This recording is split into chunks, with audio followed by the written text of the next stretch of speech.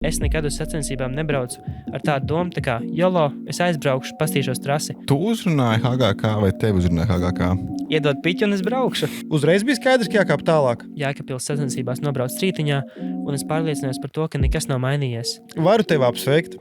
Tu esi pirmais viesis, kas ir tik daudz jautājumus komentāros saņēmis. Tas jau ir pārvērties savā ziņā par dzīvesveidu. Un, ja es piemēram sev uzdodu jautājumu, kas būtu, ja tagad pazustu drifts? 14 gadi Pro2 braucējs. Pirmā vieta. Šī sezona bija ļoti tehniski grūta. Bet ne jau tas fakts, kad es uzvarēju. Tas pats viss brauciens. Viņš bija vienkārši skaists. Es tev pilnībā piekrītu. Tev riepa, un tev visu mašīnu sagripojas, un viņi tev fiziski vienkārši izglābi. Tāpēc arī ļoti svarīgi ir uzticēties tajā mašīnai. Tev vismaz ķiveri ir galvā. Un, protams, arī svarīgi pieminēt to, ka es jau 4. gadu nodarbojos ar driftu.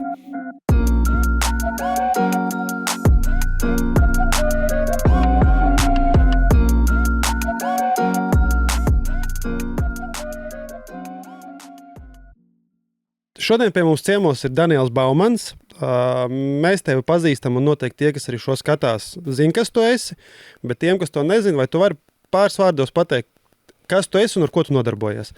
Jā, nu īstenībā es esmu ļoti pateicīgs par šo iespēju atbraukt un parunāties, jo šāda veida intervijās es īsti nekad neesmu piedalījies, un vienmēr cilvēkiem ir tas priekšstats, vai ne, autosportists tikai sēž mašīnā, neko citu nedara, bet tā jau īstenībā nav, un paralēli tam es gan joprojām eju skolā 11. klasē, gan arī peldu, tā kā es domāju, ka ritīgi daudz ko interesantu šodien varēšu pastāstīt. Un, protams, arī svarīgi pieminēt to, ka es jau 4. gadu nodarbojos ar driftu.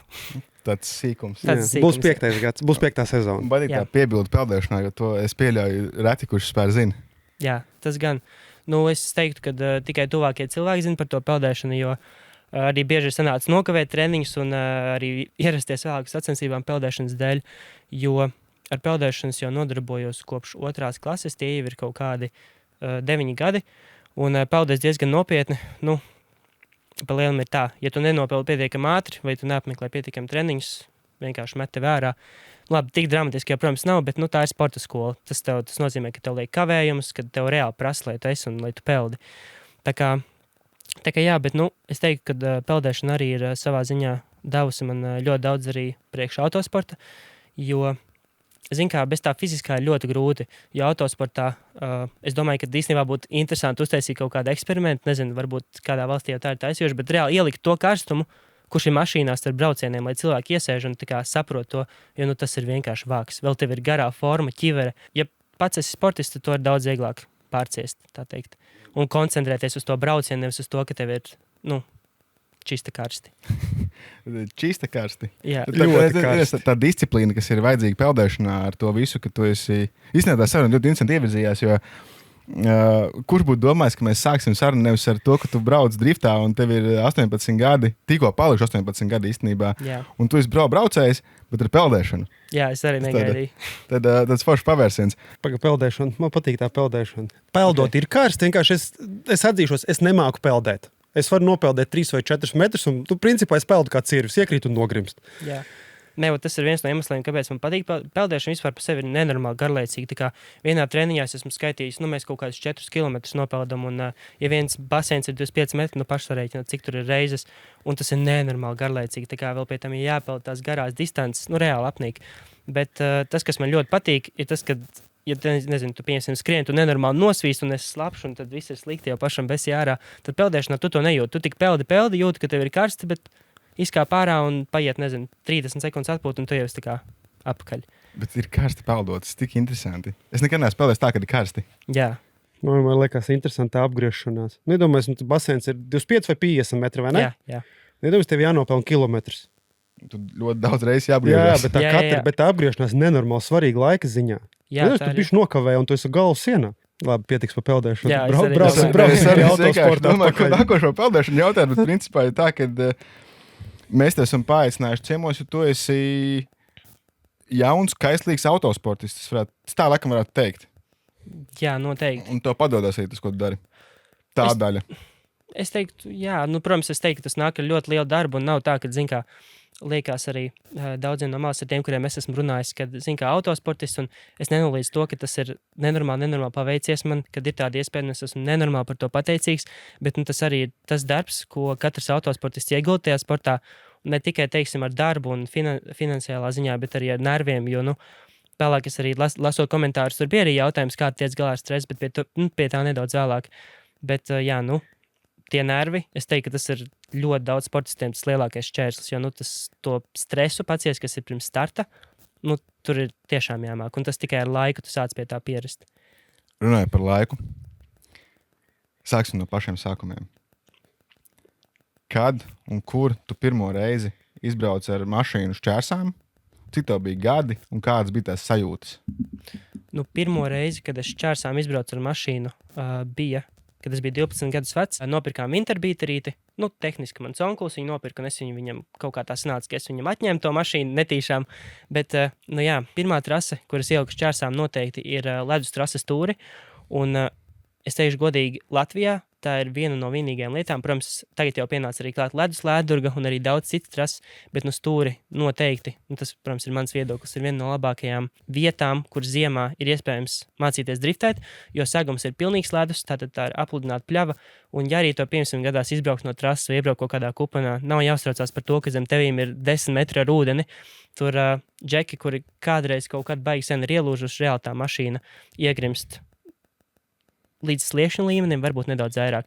Tā kā es teiktu, ļoti tā droša vieta un ļoti parocīga arī jauniem braucējiem.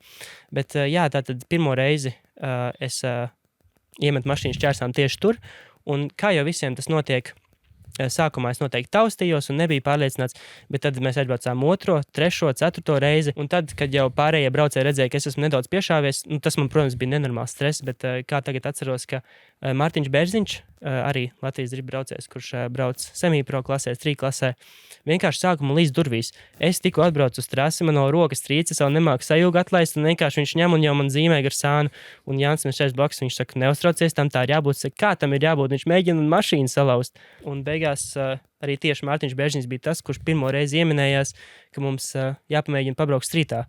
Mums vispār nebija nojausmas, kas tas tāds ir, vai vispār Latvijā notiek drifts, reāli par to nebijām dzirdējuši. Tā kā Mārtiņš Bērziņš noteikti ir viens no tiem, kurš tās drifta gaitas, tā teikt, uzsāka. Nevis uzsāka, priekš manis uzsāka, pastāstīja man par to driftu, kas tāds ir, ka pastāv tāds strīds, un es esmu ļoti pateicīgs arī par to. Cenāk, Mārtiņ, tu tev arī pasēdēji blakus un pamācīja, kas kā jādara, ja? Nē, es jau pats mācījos pa lielam, es pats, man, protams, pastāstīja kaut ko Jānis un mans onkulis, bet kopumā man neviens nemācīja, man vienkārši uzreiz sāka līst iekšā durvīs, un es jau mācīju salikt trasu kopā.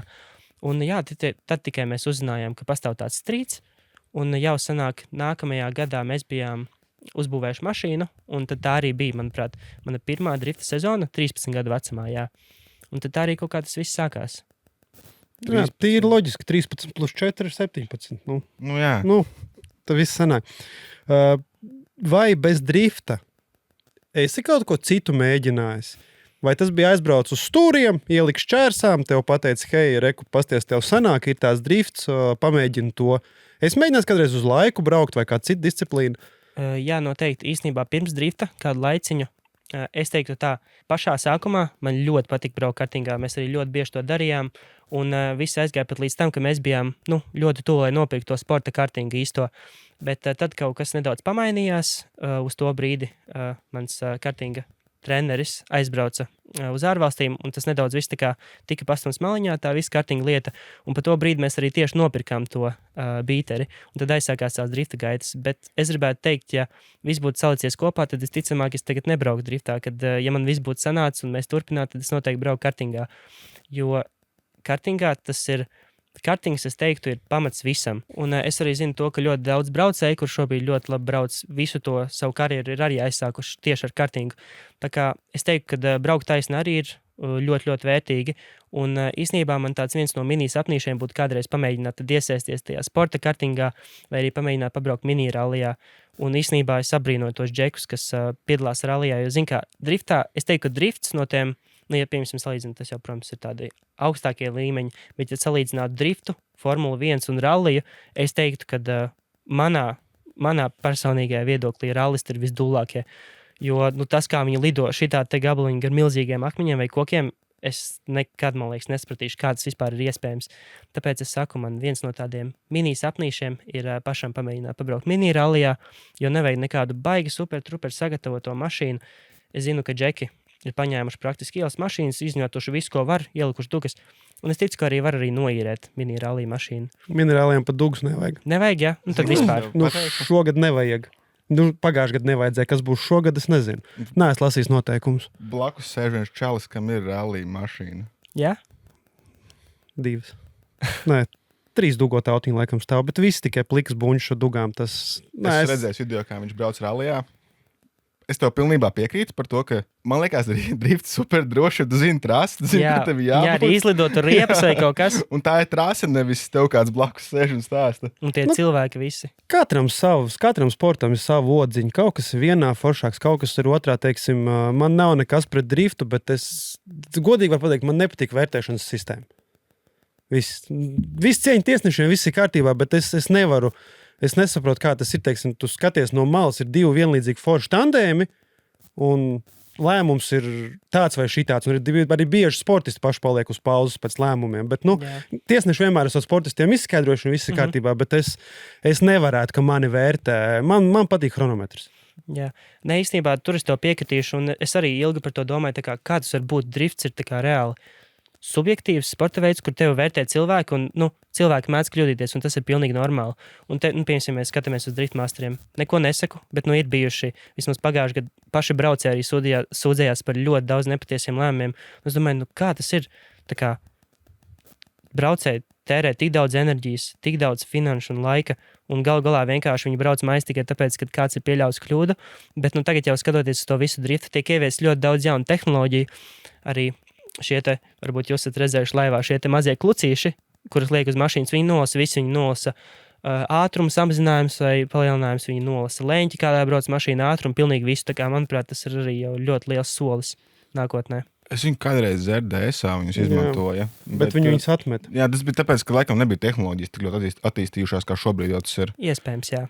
Jā, es zinu, ka Formula FD tagad ir, ka tev ir pie loga ir daudz pedāls, uzspiedas gāzi vai bremzi. Tas arī forši. Nezinu, Jā, tas ir ļoti forši. Es domāju, ka ar laiku noteikti būs. Tas viss ir naudas jautājums. Jā, protams. Īstenībā jau tik daudz tos vērts, es domāju, nē, tas katram individuāli tas ir. Tas ir individuāli, jā? Man šeit, ka jā. Es domāju, ka tas būs ieviest tāpat, ka tev priekšā jābūt stop lampai, tev tieši tāpat pateiks, ka tev ir jābūt strīpiņām gāzes pedālim. Paturpinot sarunu, mēs pakāpsimies tā kā uz aizmuguri. Nevis par to pro un par vispār kā tu sāki. Kur tu sāki trenēties strītā tieši? Tu trenējies sākums stūros, ok, bet tad sākās sausie treniņi. Kur tev, teiksim, bija tā vieta, kur tev patika braukt trenēties, kur tu ieguvi visvairāk savu attīstību? Es esmu 100% pārliecināts, ka visvairāk iemiņas es noteikti esmu guvis Rumbulas trasītē. Diemžēl viņa tagad ir cieta. Es īsti nezinu, kādēļ. Visticamāk, kaut kāds nesaskaņas starp īpašniekiem, bet, jā, tā trase bija. Kas man patika tajā trasē, ir tas, ka tas bija pa lielu placis. Es teiktu, sagums arī nebija ideāls. Tur, protams, bija jāpielāgojas. Tur bija viss kaut kāds bedrītes un elevation change un viss kaut kas tam līdzīgs. Bet tas jau ir tas, kas dod to vislielāko skilu, ka tev nav visu laiku tāda paredzama apstākļa. Zini, ja tev ir vienāds asfalts un viss, tad jau tu brauc, un tev nav pie kā pielāgoties. Bet tur pirmais bija tas, ka tur bija gan ļoti ātri līkumi, kā arī ļoti asi 180. Tā kā, jā, noteikti Rumbulas trase līdz viņa aizvērt ciet, tā bija mūsu favorīta trase Latvijā noteikti. Protams, arī Slapjā Raganā es ļoti daudz esmu braucis, bet visvairāk, es domāju, ja tā būtu interesanti īstenībā paskatīties, kuras procentāls es vairāk braucis, bet es domāju, ka noteikti Rumbulā. Un žēl, ka tā trasīta aizvērās. Tur bija arī betons un viss kaut kas tā kā. Es tieši domāju, ka es dzirdēju no vairākiem cilvēkiem par Rumbulas trasi, bet es tajā laikā nebraucu vēl. Es tur nekad neesmu. Es atceros, ka Rumbulā kādreiz bija drag race. Jā. Tas bija nelegāli, diemžēl. Tuduk. Tieši tā. Un man pat īstenībā ir interesanti, kā tas viss izstījās Rumbulā. Tu esi bijis? Nē, drift trasē, ne, drag raceā, jā. Ok, nelegāli, jā. Tev ir kāds video vispār no tā laika? Jā, noteikti ir. Tu neesi postojis, vai ne? Es esmu, tajā laikā, kad es sāku trenēties, es baigi tā. Nē, ir noteikti video. Ir. Es varu arī vēlāk parādīt. Tev laikam būs jāieliek Instagramā iekšā, kā tu sāki un ko tu tagad dari. Un tā Rumbulas trasa, domāju, daudziem cilvēkiem būs tāds, wow, pareizi, taču tāda bijusi ir. Jā. Labi, man bišķi tehniskāk interesē. Okay. 2 jautājumi. Winterbeaters pārtapa pa pirmās sezonas auto vai ne?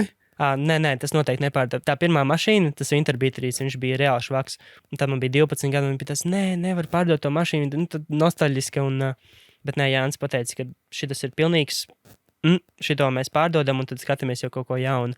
Jo, kuzavs tur bija jau ļoti sarūsējis, motors arī bija 1.8, tā kā nebija jēga to mašīnu izturēt, pārdevām viņu. Reizēm ir tāds nedaudz skumīgs prāts, zin kā, ja tagad to mašīnu, ja es uzzinātu, ka viņa vēl nav šrotāka vai viņa nav pa detaļām izdot, tad es būtu ļoti priecīgs. Apakaļ nopirkt un uztaisīt par mašīnu normāli ziemas. Es domāju, nē, bet vienkārši būtu prieks redzēt, ka viņa vēl kaut kur brauc. Ja būtu tik daudz naudas, varētu nolikt mājās uz sarkanu paklāju, lai stāv. Starp citu, vai jūs zināt, ir tāds YouTubers Adams Elzī. Protams. Viņš nopirka savu pirmo mašīnu atpakaļ. Jā, es tieši redzēju. Tas foršs video. Es no tā laika viņš viņu pārdeva, es sāku viņam sekot, un tagad viņš nopirka viņu atpakaļ. Tomēr var to izdarīt. Tad citu gadus jau viņam seko. Viņš BMX vēl brauca. Nopietni? Jā. Es vienkārši skatījos, man bija interesanti. Mēs esam veci. Man liekas, ka visi drifteri ir pārnākuši vai no skūteriem, vai no BMX-iem kaut kas tam līdzīgs. Bet tas bija īstenībā diezgan lielā šokā. Arī Mārs Ruņs, viņš arī agrāk viņš man parādīja video un bildes, kā viņš tur backflips mets ar BMX, tas bija reāli šokā. Jā, Mārs ir BMX brauc. Jā. Mārim ir BMX aiz muguras. BMX, snowboards. Kroģis arī īstenībā sāka ar skūteriem, bet ne ar tiem, ko tu domā, ar tiem opīšiem mazajiem. Tas bija ļoti, ļoti sen. Mēs vēl filmējām skūteru power video tajā laikā, un viņš braukājās ar skūteriem. Tas bija tāds tings tajā laikā, kad tev bija jābūt skūterim. Un pēc tam loģiski. Tiem es sapratu, jā. Jā, un pēc tam loģiski viss pārgāja uz BMW, un viss pārieši tam tur aizgāja tādā veidā. Bet... Man ir otrs jautājums, turpinājums. Turpinām. Par to trenēšanos. Tu aizbrauc uz to rumbulu, tu tur sabortē riepiņas, ņemies daries. Jā. Kas bija tas atskaites punkts? Tu jau mēģināji rumbulā kastē strāpīt, tev kāds no malas jau kaut ko stāstīja, vai tu vienkārši brauci un devu vaļā, kamēr likās, ka pašam sanāk? Jā. Pašā sākumā man trenēja Ivo Cīrulis, un viņš arī, tas, uz ko viņš vienmēr uzstāja, tas, ka pats svarīgākais ir perfekti noslīpēt līdz līniju. Arī tā, ka mēs braucām strītņā kaut kur uz sacensībām, pirmais bija līdz līnija. Līdz ko tu neesi līdz līniju atstrādājis, tikmēr nav jēga vispār kaut ko darīt tandēmos. Pie tā es arī daļai pieturos sacensībās, kurās es tagad piedalos. Bet, Ivo man ir ļoti daudz ko pastāstījis, bet, kopumā tas braukšanas skills viņš jau veidojas tikai ar pieredzēm, tikai ar stundām. Tev var izstāstīt visu teoriju, tā kā arī zinot perfekti visu, kad sēdināt uz krēlienes, kad raut rocienu, visu, tu nevar iemācīties braukt driftā. Tas, kas notiek mašīnā un tas, kas notiek teorijā uz lapiņas, tas ir pilnīgi divas dažādas lietas. Vēl pastāv tas stresa faktors un bailes sasist mašīnu, tā kā tas ir, nevar iemācīties braukt driftā, vienkārši zinot, kā to darīt. Un šeit, kad nevar iemācīties braukt driftā, nesasitot mašīnas. Jā, bet īstenībā var iemācīties, bet jautājums, kā braukt driftā. Ja tu zini, kad jārau rocienu, jāuzdod gāzi, aplī jau tu izbrauksi, bet tas, kā tu brauks, tas krājas tikai ar stundām un ar pieredzi. Mm-hmm. Tas ir bonus sacensībām, ko teiksim tam pašam rallim. Tu vari mierīgi braukt sev priekam un daudz braukt. Ar driftā, negrib, tu nobrauc, labi, tos treniņus neskaitam, tu nobrauc kvalifikāciju 1 vai 2 braucienus atkarībā no klases. Un tad, teiksim, ja tu esi svētdienas braucējs, rēķini grozies kā grib, tu esi pirmajā tandēmā ārā. Teiksim, daudzās citās sacensībās tu vari mierīgi, čiliņā, visus distanci. Bet ir jau ļoti daudz svētdienas braucēju, kas driftā atkal nav populāri, jo driftā nevar būt svētdienas braucējs. Vai nu tu brauc, vai nu tu nebrauc. Tagad ir Street X klase arī. Protams, ka Street X ir. Tas ir strītā, jā, bet ir jau daudziem, kam ir bail bez karkasiem braukt. Bet labi, tas tā maz atkāpīt. Pirmās sacensības. Atceries kaut ko? Jā, es noteikti atceros. Tas, ko es atceros vislabāk, bija tas, ka es jau nemācīju uzsildīt riepas. Es iebraucu burbuļu boksā un es nezināju, ko darīt. Es nemācīju no uz vietas uzkupināt ratus, ne sālu uzmest, un es kaut ko tur mīcījos pa to mikrokubiciņu, un es vispār tas bija diezgan briesmīgi. Bet, un vēl tas, ko es atceros, ka man pirmais tandēms dzīvē bija pret Elviju Kuļievu. Jūs noteikti zināt, kas ir Elvijs. Un uz to brīdi, ne? Viņš bija... Es nevēlos samalot, bet viņš bija top 3, kā viņš čista bija sezonā, un tagad man pateica, ka viņš jābrauc, bet viņam bija tāds, bet kas viņš tāds ir? Un tad visi jau man tā kā saka, tu tās dabos pa muguru, un tad tas, ka tev ir stress pirmkārt par pirmajām sacensībām, par pirmo tandēmu, un tad tev vēl pasaka, ka tev nav jāk censties, un bija tāds bišķiņ bailīt. Bet nē, tā ļoti, ļoti pozitīvi saskatos uz pirmajām sacensībām. Tā kā... Kā var nebūt? Man nemata jautājums, kurš vinnēja tandēmu? Kā tu domā? Es nezinu. Loģiski, Elvijas. Es vispār kaut kur lakstos izlidoju ārā. Bet pasties tāpat pozitīvi. Pirmās sacensības un Es tiek līdz nokvalificējos. tandēmiem. Jā, Jā, nu, tas tas jau ir wow. Jo es nenokvalificējos savā pirmajā. Es pat netiku uz Street X, tāpēc, ka es neizbraucu trasi vienkārši līdz galam. Jā. Tā kā pirmie sači nokvalificēties top 32, tas jau ir daudz. Jā, tas ir daudz. Es saku, Un to bija cik gadi? 14 vai 13? Nē, 13. Uz to Nu, brīdi vēl bija labāk. 13. Jā. Tur redzēja pārstūrē. Jā, es turēju gan vispār redzēju. Es jau tajā laikā biju diezgan pagaršs augumā, tā kā tur vispār man nebija problēmas redzēt pāris stūrē vai aizsniegt līdz pedāļiem. Es vispār brīnos, kā pieņems ir mazais Dominiks Bartāns, kā viņš tur brauc, es nezinu vispār. Beņķīts piestums pie stūres, pedāļi knapi aizsniedz, bet kaut kā brauc. Tu jau laikam no pirmās dienas, kad piedalījies sacensībās, tu brauc ar pusbūri, to Jā. saucamo. Jā, nu street mašīnu mēs jau būvējam ar tādu mērķi, ka mēs netērējam naudiņus uz tādām liekām lietām, piemēram, tur, nezinu, tur karbona apdares vai kaut kas tam līdzīgs, uz to mēs netērējam. Mēs saliekam visu tā kā svarīgāko, uzliekam tur koiles, roceni, sametinam reduktoru, atvieglinam maksimāli, pasipinam piekaru, nu viss tādas tiešām vajadzīgās lietas, lai brauktu street klasē. Un, protams, jau arī no paša sākuma mēs aizdomājamies par drošību un, nu, zin kā, ja tā paskatās, kopumā driftā, nu, salīdzinoši reti tur noteikti tādas lielas avārijas un uzmet vāku, bet, nu, zin kā, tomēr man bija 13 gadi tajā brīdī un, nu, bija tāda bišķiņ bailīt, lai kaut kas nenotiktu un, zin, arī tāda pašam nedaudz drošāk sajūta. Ja nu gadījumā es uztaisu kaut kādu kļūdu, tad vismaz ir tas metāla kastais teņi, kas tev vismaz nedaudz pasargās. Pirmā sezona, nobrauci, rezultāti atceries vai ir gadā? Jā, protams, tas jau nebija tik sen. Nu, Četri jā, gadi nebija sen, 4 Jā, gadi. Jā, pirmajā sezonā es biju 5. Latvijā, un starp junioriem es biju 1. Tā kā visa komanda bija ļoti pārsteigta, jo bija tāds sajūta, ka pirmajā sezonā mēs līdz aizbrauksim, viss nesanāks, un tā arī pirmā sezona vienmēr griba vai negriba, tā ir tāda apburzīšanās sezona, kamēr tu iet tajā ritmā, kamēr tu saproti sacensību grafiku un visas tās svarīgās lietas. Tas, kas sanāca uzbraukt jau līdz 5. vietai, tas bija reāli iespaidīgi. Es, godīgi sakot, es domāju, ka tas ir tikai tādēļ, ka es visvairāk fokusējos uz līderraniem. Tā kā līderranus es atstrādāju, un tas ir, kā jau es arī minēju, pirms nav līderrans, mēs nemaz nesākām braukt čeisis. Un kā arī mūsdienu tiesneši saka, kad, ja tu nobrauc labu līderranu, tā jau ir pusi no uzvaras. Ļoti, ļoti pozitīvi var atskatīties uz pirmo sezonu, kā viņi vispār norisinājās. Tad arī mēs braucām komandā kopā ar Henriku Duļbinski, Ronaldu Šautenu, Martiņu Jānlapkovski.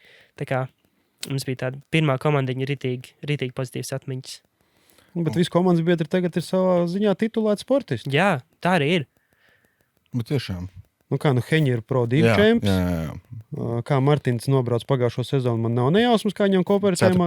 4. Nu, tas arī nav, ņemot vērā Iepriekš bija konkurenci. Jā, tas nav tā kā tas ir ļoti ok. Tev bija kaut kāda mērķa pirmajā sezonā, vai bija vienkārši pamēģināt saprast? Jā, nu, teikšu godīgi, ka pirmajā sezonā mums nekāda vajag augstie mērķi nebija. Kaut arī es priekš sevis vienmēr uzstādu to labāko iespējamo variantu, un es nekad neesmu braucis sacensībām ar domu, kad tās iziešu tikai kvalu un gaņoju, ka top 32 zaudēšu. Es vienmēr esmu cerējis uz to augstāko piedestālu pakāpienu, bet nu, tas jau ir tikai normāli, ka pirmajā sezonā, nu, ko var gaidīt no cilvēka pirmajā sezonā. Īsnībā šito teoriju nedaudz lauž viens ļoti spilgts gadījums, jo tieši tajā sezonā, kad es sāku braukt driftā, Henrijs Duļbinskis, viņš arī sāka braukt Latvijas driftā, un viņam jau sanāca pirmajā sezonā pacelt street čempi, bet, teikšu tā, ka viņš jau pirms tam bija kādu laiciņu labi pabraucis, bet priekš manīm, kurš es pat īsti nemācīju atlaist sajūgu. Tāpēc es saku, es nemācīju ne bunoli boksā uzsilīt riepas, es nemācīju pat normāli uzstartēt, kas mani glāba, ir tas, ka man bija tāda metode. Uzgāzē un ritīgi atlaid vaļā, un tas, ka tu jau esi bišķiņ sagāzies, ka viņi tā kā izpolē tie rati. Bet, nu jā, arī no ģimenes puses un no komandas puses nekādas augstas ekspektācijas nebija, bet, nu tā 5. vieta, protams, bija tāds papildus stimuls nākamajai sezonai, un tas bija tāds, ka reāli ir iespējams uzvarēt, jo arī nākot iekšā street klasē, skatoties, kā citi brauc, nu, vispār par mūsdienām nerunāsim, tur ir tāda gaļas mašīna, ka nu tikai, un arī man pašam ļoti patīk uzbraukt street klasī. Tā street mašīna, viņa vēl brauc, viņa vēl ir dzīva, patiesībā nesen sanāca viņu nedaudz sasist. Tagad, Ne tu. Ne es, bet tas nekas. Tagad viņi tūlītās sametinās, uzliks apakaļ bamperīšus, durvis samaiņas, visu. Bet nu, tas jau nedaudz cits stāsts.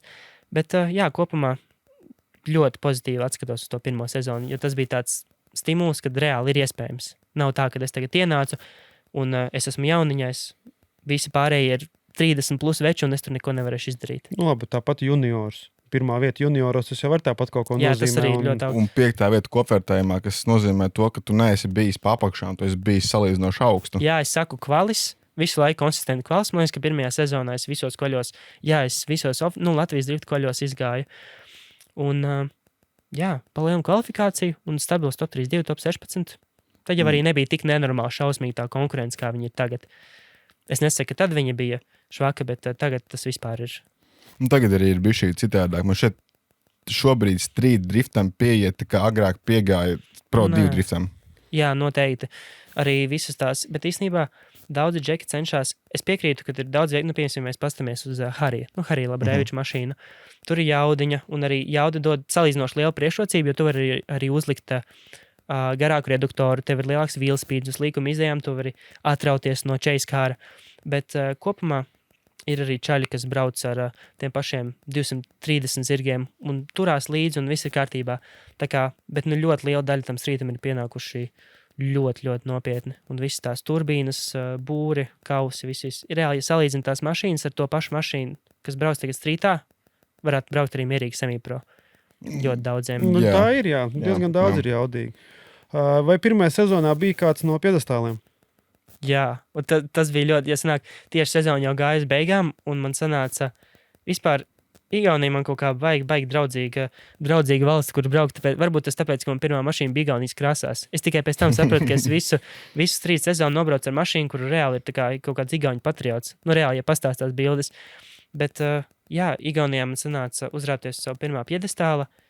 Es 3. vietu dabūju. Tās bija Kehalā sacensības. Tas bija mans pirmais piedestāls. Zinot, ka tos pirmais Pro 2 pirmā vieta arī, kāds Pro 2, Pro pirmais pakāpiens augstākais tev bija Igaunijā, vai ne? Jā, augstākais pakāpiens, jā.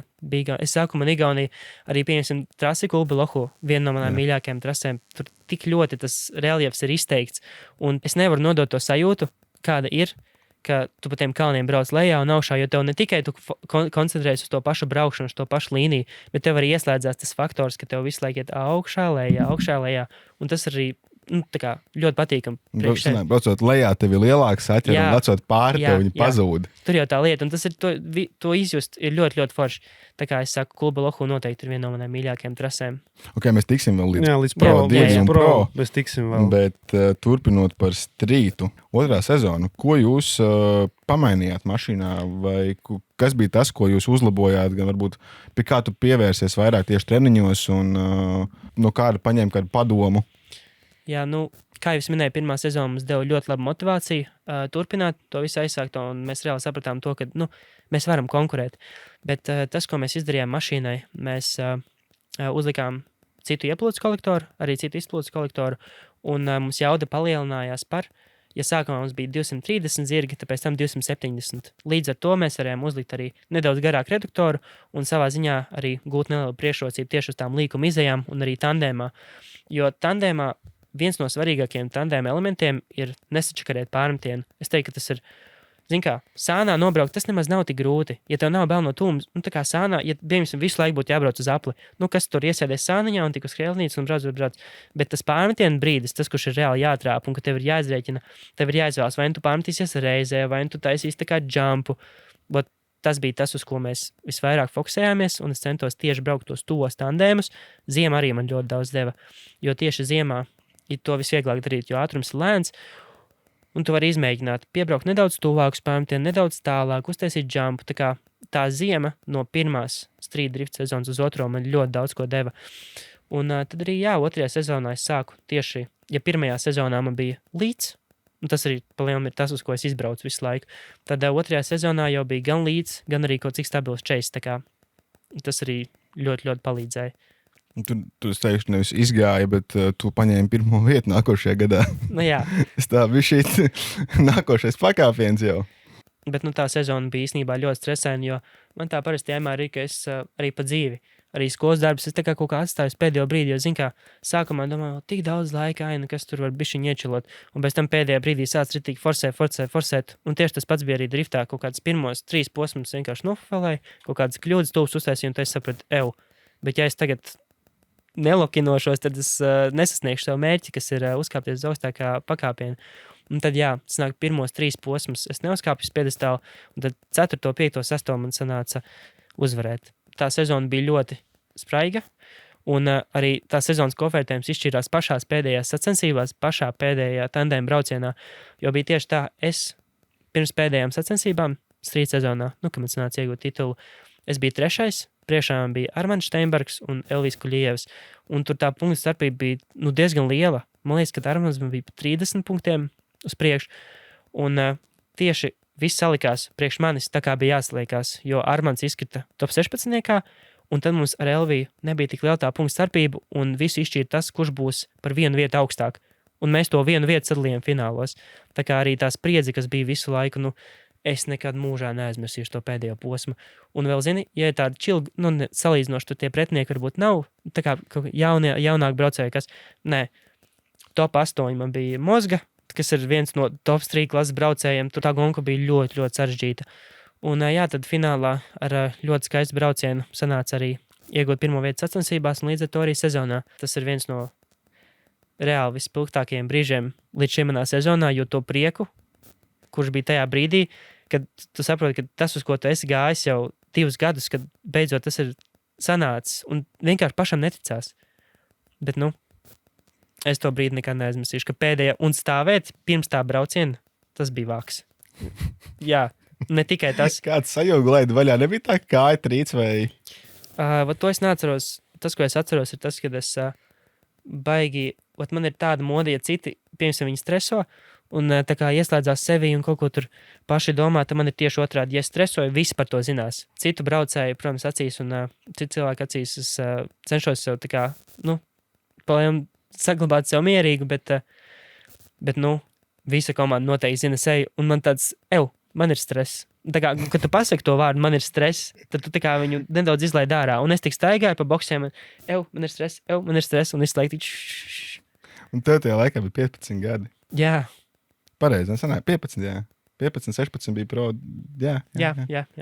Skaidrs, ka vienmēr ir mērķi uzvarēt, un tas ir, teiksim, man ir ļoti līdzīgi bijis, kad es uz sacensībām nekad nebraukšu piedalīšanās pēc, ja es braucu, censties uzvarēt. Tas jau tikai normāli. Tad daudziem tā nav, bet ok. Cik tanī brīdī tev pašam likās reāli tas? Godīgi sakot, kad mēs gājām iekšā 2. sezonā, tad es jau biju diezgan pārliecināts, ka vienīgais mērķis ir uzvarēt, jo vēl arī tāds ļoti labs sezonai starterīts bija Jēkabpils Barona sacensības, kur man arī sanāca uzvarot gan pret Elviju Kuļievu, gan arī pret Fiļu. Un tur sanāca iegūt 1. vietiņu Jēkabpils Baronos, kas man bija manā karjerā pirmā vieta Jēkabpils Baronos. Un tas arī bija tāds ļoti foršs un pozitīvs lādiņš sezonai. Un es biju diezgan pārliecināts, ka tas ir iespējams. Protams, es zināju, ka tas ir nenormāli grūti. Es nekad uz sacensībām nebraucu ar tādu domu, tā kā jolo, es aizbraukšu, pastīšos trasi. Gan Māris, gan Toms noteikti to ir pamanījuši, jo man nekad nav tā, ka man nav jautājumu. Es vienmēr kaut kādas 10 reizes izbraukšu uz skūteri trasi, pirms tam es viņu izanalizēšu, es domāšu, tur es varu izdarīt, piemēram, uzspies uz krēlenītes, tur es varu vairāk uzdot gāzi. Un tas nav tā, ka tu tikai aizbrauc un brauc vienkārši uz čujuņu, tikai tā, kā tev sanāk. Tas viss ir ļoti liels darbs. Arī mašīna, protams, sagatavot, saprast pareizo regulējumu, ar kādām riepām mēs brauksim, ar kādu spiedienu. Tas viss ir ļoti liels darbs arī nevis tikai tajā brīdī, kad tu nobrauc to trasi, bet arī apakšā. Un arī tas nav atkarīgs no tā, vai tu brauc pro klasē vai street klasē. Pilnīgi visur tas nopietnības līmenis ir vienāds. Arī tagad šogad es Jēkabpils sacensībās nobraucu strītiņā, un es pārliecinājos par to, ka nekas nav mainījies. Tieši tāpat visi braucēji sapulcies, uzdod jautājumus, analizē, kā tur labāk iemesties, piemēram, no kreisās trases puses vai no labās. Tur ir nenormāli daudz nianses. Tu jau pats noteikti zini, kā tas ir. Vienreiz uzbraucu Jēkabpilī. To pašu Jēkabpilī, jā. Mēs bijām vienās, un es nenokvalificējos, jo es nepiegāju tā kā tu. Es tiešām braucu pamēģināt, un es sapratu to, ka tā vairs nekad nedrīkst darīt. Jā. Čilot brauc. Tā bija lielākā problēma mana. Es braucu pamēģināt, un es pieļāvu milzīgu kļūdu ar to, ka es nevis braucu, lai nobrauktu, bet lai pamēģinātu. Jā. Un to vairs nekad nedarīšu. Es nebraukšu, bet es braukšu, lai cīnītos par kaut ko. Jā. Man liekas, ka galvenais ir sev noticēt. Un tad jau pēc tam tu vari pie visa strādāt. Jo tad, kad tu tici sev, ka tu vari, un, teiksim, tā kā Daniela gadījumā Jēkabpils, Jēkabpils novinnēja, un tad parādās sevi tas jau, bet es varu, jā, un tad jau tu strādā 3 reizes vairāk, tur vēl lielāka atdeva. Un... Daniels zina, jo es iepriekš runājām stūros, tieši, kad mēs braucām, kad es pirmo reizi dzīvē braucu tandēmus normāli, jo man nevis bail, es teikšu tā, man nebija bail braukt aiz tevis, jo es zināju, ka tu nesčakarēsies. Jā. Un es varēju to vienkārši sekot. Un tad arī rodās tā pārliecība, ka var braukt un viss ir kārtībā. Un beigās tajā dienā visiem pēc kārtas tā arī brauc. Jā. Es kā līdz šim atceros savu pirmo tuvo tandēmu pasaucot, tas bija Ronaldu Šautem. Mēs aizbraucām uz Lapjo Raganu. Un pirms tam es vispār nebiju braucis tandēmā. Nu, tā kā ļoti, ļoti formāli. Pirms tur, 10 metru distancē. Un tad vienā dienā bija tāds ļoti maģisks klišķis, ka es vienkārši, un nevis tas, ka es vienkārši pamēģināju braukt tandēmā, bet reāli es ielīdu durvīs, un tā sajūta ir tā vienkārši fantastiska sajūta, ka tu ielien un tu tā turies, un tas viss skats no iekšpuses, kā tā mašīna priekšā tev kustās, tas brīdis pirms pamtien, tas es vēl projām atceros to sajūtu. Man tagad bija šī atceroties, tagad arī, kā tas ir braukt, tā patīkam sajūta iekšā. Blakus tieši. Jā, tieši blakus. Un tas īpaši, ka trietā tā var nobraukt vēl. Trietā. Man ir ļoti slikta pieredze ar trietā, 5-ratā, 10 ratā. Pa vidu? Pa vidu nekad nav forši. Es atceros tieši trīniekos bija treniņš, tā kā vēl trīniekos rīkoja tos oficiālos treniņus, un es tieši sapriecējos, Nikolas, Bertāns brauc pa priekšu. Un es braucu, sakoju, viņš bija 2, es biju 3. Un tagad jau, protams, es esmu nedaudz iemācījies, ja piemēram brauc tur vilcienā pa 5-10, es saprotu, nevajag līst tik traki durvīs, jāskatās, ko tā mašīna priekšā dara ar vienu aci. Bet tad man, protams, bija tikai viens mērķis, Nikolasam līst iekšā durvīs, un es tā smuki pārmetos, un tieši tas Nikolasam priekšā smuki apgriezās, un kaut kādu šitā te gabalu, es viņam uz iekšu slieksni iemīcīju. Tā kā, ir sketči ar tiem vilcieniņiem. Man vienreiz gadījās tā, ka tu brauc, arī vilcieniņš bija, un tu brauc, un tu redzi mašīnu, tu mašīnu pazīsti priekšā, neteikšu, kur, un tu piebrauc tik tuvu, kad saproti, tas cilvēks nesēž pie stūras, un tu redzi to, ka tas cilvēks negaida, ka es viņam sānā nemaz. Jā, bet īstenībā šitas ir arī diezgan... Zin kā, ja tu trasēs attiec kā drift, piemēram, tagad mēs aizbraucam uz stūriem, piemēram, tur uz stūriem vai uz Lādes Lēdurgu, un ar čomiem savā starpā mēs braukājamies. Tā kā, protams, mēs trenējamies, mēs gūstam pieredzi un tas, bet iesaisties sānā kādam jauniņiem cilvēkiem, jo es vienkārši zinu, kāda tā ir sajūta. Es atceros sevi tajā pozīcijā, kad tikko mēs nopirkām mašīnu, es tikko sāku braukt uz ledus, un kad tev kāds sāk tandēmot, tas arī tāds uzreiz, kad tāda pārliecība, ka, ja kāds ar manī grib braukt tandēmā, bet te jau man diezgan labi sanāk. Un arī, piemēram, stūros. Es redzu, ka, piemēram, Džeks ar ielas mašīnu, tāda bītrīt, protams, brauc jau kaut ko taustās un tā kā pamēģināt pasakot, un pēc tam tas ir tik forši redzēt, kā čaļi izkāpj ārā. Tā bija tik rūts sajūta, zini, ka tev sako, jo tu ne tikai vairs domā, ko tu dari, tas ir 2 reizes lielāks fokus, jo tu gribi ne tikai nobraukt savu līniju labi, bet arī neiegāst aizmugurē, jo čali, kas tev sako. Tā kā man arī ļoti patīk tā sajūta tieši ar tiem jaunajiem braucējiem, tā kā dot to adrenalīnu sajūtu, jo tas ir pavisam cits, ka tev neviens nesako, to var taisīt trikus un mēģināt, un ja tu iebrauc kupanā pilnīgi vienalga, bet ja tev sako, tad tā ir reāla atbildības sajūta. Es tev pilnībā piekrītu. Labi, apakaļ pēc sacensībām? Davai. Strītu novinnēji, 2. gads driftā, uzreiz bija skaidrs, ka jākāp tālāk. Jā, manuprāt, katrai klasē ir tas savs knifiņš, kurš ir jāatkož. Pieņemsim, strīd klasē tas noteikti ir izbraukt trasi ar salīdzinoši mazu jaudu. Jo, pieņemsim, ja tev ir daudz jaudas un tu brauc strīd klasē, tu uztaisi kļūdu, tu ieber, tev tik iekopās ratu un tā aizbrauc. Bet, ja tev nav jaudiņas, tad tu kļūdas nevar taisīt, jo jebkura kļūda tā ir reāli redzama korekcija, un mūsu laiklī to arī nevarēs salikt trasu kopā. Jo, ja tu, pieņemsim, pārleņķo konkrētā trases vietā, tad tu pēc tam vienkārši neaizvilks kasti līdz galam. Tad tas noteikti strīd klasē ir tas, kas visiem ir jāiemācās izbraukt trasi ar salīdzinoši mazu jaudu, jo tu nevari kļūdīties. Un otrs, protams, ir tie tandēmi, jo strīd klasē ir daudz mazāks ātrums nekā semipro un pro. Un tu vari vienkārši izjust, kuri tai mašīnai purns. Man arī patīk, tā kā katrā treniņā es cenšos vismaz vienu reizi uztaisīt to pārmetienu tā, lai bišķi tā kā nedaudz noriskēt, lai tev tā kā atmiņā paliek, kur tieši ir tā vieta un kur ir tas limits. To ir ļoti svarīgi saprast. Un tad, jā, protams, semipro klase, tā ir tā kā pārējais starp strītu un pro, un tas ir, protams, jāpierod pie ātruma, jāpierod pie leņķa, ka leņķī tu nevis apstājies tā kā strīd klasē, jo tev nav jaudas, bet tu vēl vari ielikt milzīgā leņķī, iespies grīdā, un tad tu vēl pātrinies, visas tās mazās niansītes. Bet runājot par pro klasi, tā ir pavisam cita, tāda sajūta, ka tu, es nezinu, trakākais, pie kā bija jāpiešaujās, bija tas, ka, zini kā, tu tomēr esi cilvēks, un tev gribās, ja tu uztaisi kļūdu, tev tīri dabiski, ja tu redzi, ka tu lido sienā, tev gribās atlaist gāzi un uzspiest pa bremzēm. Bet pro klasē tas tā īsti nestrādā. Ja tu redzi, ka tu lido iekšā sienā, tev tā kā pret visiem saviem iekšējiem instinktiem jālaužās pretī un jādod vēl vairāk gāze, jo jāsaprot tas, ka riepa ir nenormāli saķerīga, tā mašīna ir uzregulēta tā, lai viņa pātrinātos pie gāzes un pie liela leņķa. Līdz ar to es arī pats ļoti daudz reižu esmu ar šito apzinājies, tīpaši pašā sākumā. Manuprāt, 2 vai 3 reizes es esmu ielidojis sienā, ne gluži ielidojis, bet vismaz izlidojis ārā no trasas tikai tādēļ, ka es atlaidu gāzi. Un tad ar laiku man vienkārši tas automātiski iestrādājās. Jūtu, kad ir, gāzi grīdā un cerams, ka sajies. Tā kā es saku katrai klasē tas mazais knifiņš. Par pro pēc tam vēl? Jā. Jo mums vēl ir par Pro 2, vai kā bija, kad tu brauc, vēl bija semi-pro, ja? Jā. Mašīna no strīta paņēma to pašu un turpināja, vai būvēja kaut ko no nulītes? Nē, mēs pro mašīnu ar to, kur es arī braucu vēl projām šobrīd. Mēs to mašīnu nopirkām no Daņa Akmentiņa, no tehniskā komisāra, kur jebkurš, kurš brauc Latvijas driftā, noteikti viņi zinās, un man nav vērts paskaidrot, kas viņš tāds ir. Un jā, pa lielam mēs to mašīnu no viņa nopirkām. Tas, kas bija tajā mašīnai izdarīts, bija iemetināts dugas, bija palielam sagatavots viss kuzavs līdz tam brīdim, ka viņu var krāsot un jau sāk likt visas tās detaļas svarīgās mašīnā iekšā. Tā kā, jā, jau strīta klasē 2. sezonā mēs bijām pārliecināti, ka mēs būvēsim kaut ko citu un ka strīta mašīnu mēs paturēsim tā kā tādu trēniņu mašīnu. Tas, ko mēs arī jau no paša sākuma zinājām, ir tas, ka mēs to mašīnu gatavojam jau kā uz pro klasi. Jo mūsuprāt nebija jēgas, mēs tikko braucām strītā, mums ir strīta mašīna. Mēs viņu paturam strītā, vairs tā kā tālāk neņem. Tā jau tā kā kadrs ciet, vai ne? Tad mēs sākām būvēt jaunu mašīnu, un mēs jau tajā mašīnā centāmies likt pēc iespējas labākas detaļas, lai viņi darētu ne tikai semi-pro klasē, bet arī pro klasē.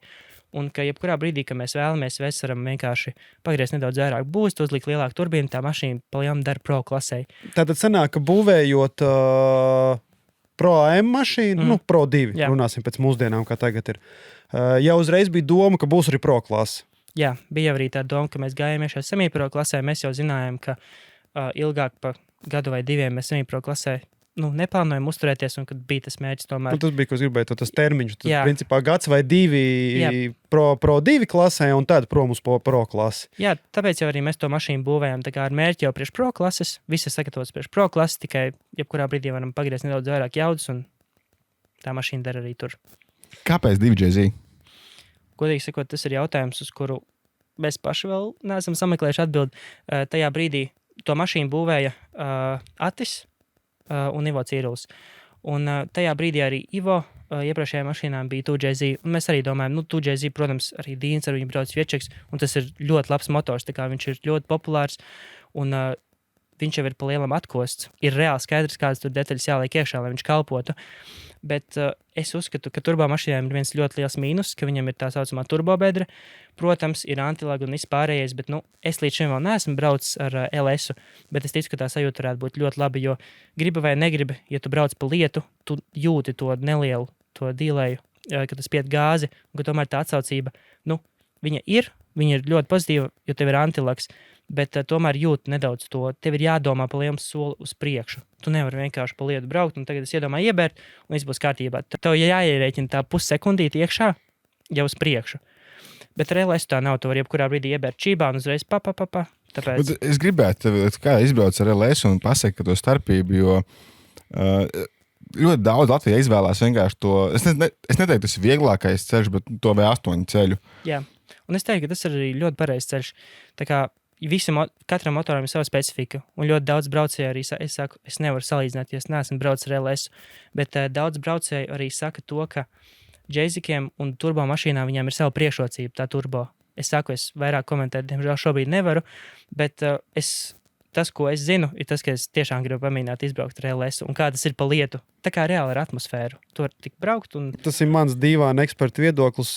Šobrīd ļoti daudz kāpj uz LS-iem tikai tāpēc, ka viņu var šitā dabūt. Jā, tas arī dzirdēts. Jo pro klasa, teiksim, skaidrs, ka pro klasa tas nav lēts prieks. Jā. Un kad vienkārši tev ir opcija, es nezinu, vai tā ir Amerika vai Eiropa, vai no kurienes viņi nāk, bet tas ir principā tā, ka tu vienkārši ieej internetu veikalā, nospēj pasūtīt, un tev pēc XY nedēļām ir palete ar motoru uz vietas. Vai džēziku tā var dabūt? Man liekas, ka nē. Tam ir jautājums. Tev ir rezerves motors? 50-50 procesā. Tieši šobrīd tas motors, kurš mums stāvēja iekšā mašīnā pagājušajā sezonā, viņš tiek atjaunots. Un tas jau ir normāli. Pēc katras sezonas mēs to motoru izņemam ārā, pārbaudām, vai tur kaut kas nav nolietojies. Ja kaut kas ir, tad mēs vienkārši to samainām. Runājot par rezerves motoru, mums ir rezerves motors, viņš nav līdz galam pabeigts, tur vēl šādas tādas lietiņas ir jāizdara. Bet jā, es vispār dzirdēju, ka Čirba aizbrauc uz Omānu un viņš ir nopircis kaut kāds 10 tādus motors, jo viņam visu laiku viņi jūg. Tāpēc tas arī ir tāds, zini, koks ar 2 galiem. Jo tas ir koks ar 2 galiem. Jo es uzskatu, ka uz sacensībām nav jēgas ņemt līdzi rezerves motoru. Jā un nē. Labi, ok, bet iedomājies dienas kārtību no rīta treniņu, labi, ok. Cik daudz sacensībās treniņi ir iepriekšējā dienā? Īsnībā baigi atkarīgs no sacensībām, jo daudz trases rīko arī treniņu dienas dienu pirms sacensībām, kas ir ļoti pozitīvi. Piemēram, Igaunijā Kulblohu. Pagājušā sezona bija tā, ka dienu pirms īstajām sacensībām mēs iebraucām uz to trasi, pabraukājāmies, jau apmēram atkal paspējām iesties tajā layoutā, un tad nākamajā dienā uzreiz tu pamosties, tev ir svaigas emocijas, un tu jau uzreiz mācies šajās sacensībās. Tādā scenārijā ir jēga no rezerves motora. Teiksim, tu piekdienā aizbrauc patrenējies, tev tas motors noklapē. Tev ir tomēr kaut kādas savas nakts stundas, pa kurām tu to motoru var apmainīt. Bet iedomājies, ja tu atbrauc uz sacensībām, un tev sacensību rītā apstājās motors treniņos. Grūti ir paspēt viņu apmainīt līdz kvalifikācijai. Tā kā Daniels stāstīja, tie pēkšņā dienas treniņiem, dienu pirms sačiem, pirms oficiālajiem treniņiem. Tu sabraukājies normāli, un tev tajā rītā nobrūk motors, bet tu jau esi sabraukājies. Tu esi ietrenējies jau. Jā. Un tu to motoru, loģiski, es to saku nevis pēc pieredzes, bet pēc tā, ko es redzēju internetā, ka tu vari paspēt nomainīt. Jā, mierīgi var, un to džeki ir darījuši. Mierīgi, es tā tagad saku, sēžot krēslā, man ne, tie džeki, kuri to taisa tajā brīdī, kad tev ir, nezinu, līdz kvalim palikuši tur 11 stundas, un to jāliek motors, tas, protams, nav mierīgi, un tur viss noteikti iet pa gaisu, un, no pieredzes runājot. Tā kā tev ir stress uz starta, tad viņiem ir stress līdz tam startam. Jā, noteikti. Viens staigā pa boksiem, man ir stress, otrs ar instrumentiem mētājs, es nevaru motoru apmainīt. Bet, labi, nevajag. Es uzskatu, ka vajag sagatavoties tā, lai nav motoru jāmaina. Tas ir pats labāk. Tur jau tā lieta, tu nevari sagatavoties, lai cik tev ir pasties, sporta auto nekad nav gatavs. Jā, domā, Viečekam taču, Viečeks. Viņam ir rezerves mašīna līdzi. Jā, viņam ir rezerves mašīna līdzi, un tāpat tās motors ir, es ticu, ka viņam tur viss ir vienkārši on the highest level, tā kā, ka tur nav vairs tajā motorā labāk detaļu, kur iebāz, bet tāpat tās viņi jūk, un tur jau tā līdz tu nevari paredzēt tehnika viņa lūst, jebkurā brīdī, un lai cik tu viņu sagatavo to mašīnu, tev nekad nav 100% garantija, ka viņi ies. Tādēļ es teiktu, ka rezerves motoram noteikti ir jābūt līdzi, bet tas, protams, ir atkarīgs no finansēm. Runāt šeit tā atkal ir pavisam cita lieta, jo teorētiski mēs visi zinām, labāk vispār rezerves mašīnu, paņemt labāk vēl 2 mašīnas, bet motors arī maksā ļoti dārgi, un tas tiešām ir atkarīgs no finansējuma un no cik ļoti tu tam nopietni pieeji. Cik liela ir aizmuguri? Jā. Cik daudz atbalstītāju? Mēs jau tas laiku par rezerves motoriem, vēl visu kaut ko. Jā. Pro 2 uzbūvēja jaunu mašīnīti, sākās sezona, mērķi, viennozīmīgi uzvara. Reāli skatoties uz to visu pasākumu, protams, man arī pašam, godīgi sakot, man bija reāli bail. Tāpēc, ka mašīna ir jauna, jaudas tev ir praktiski 4 reizes vairāk.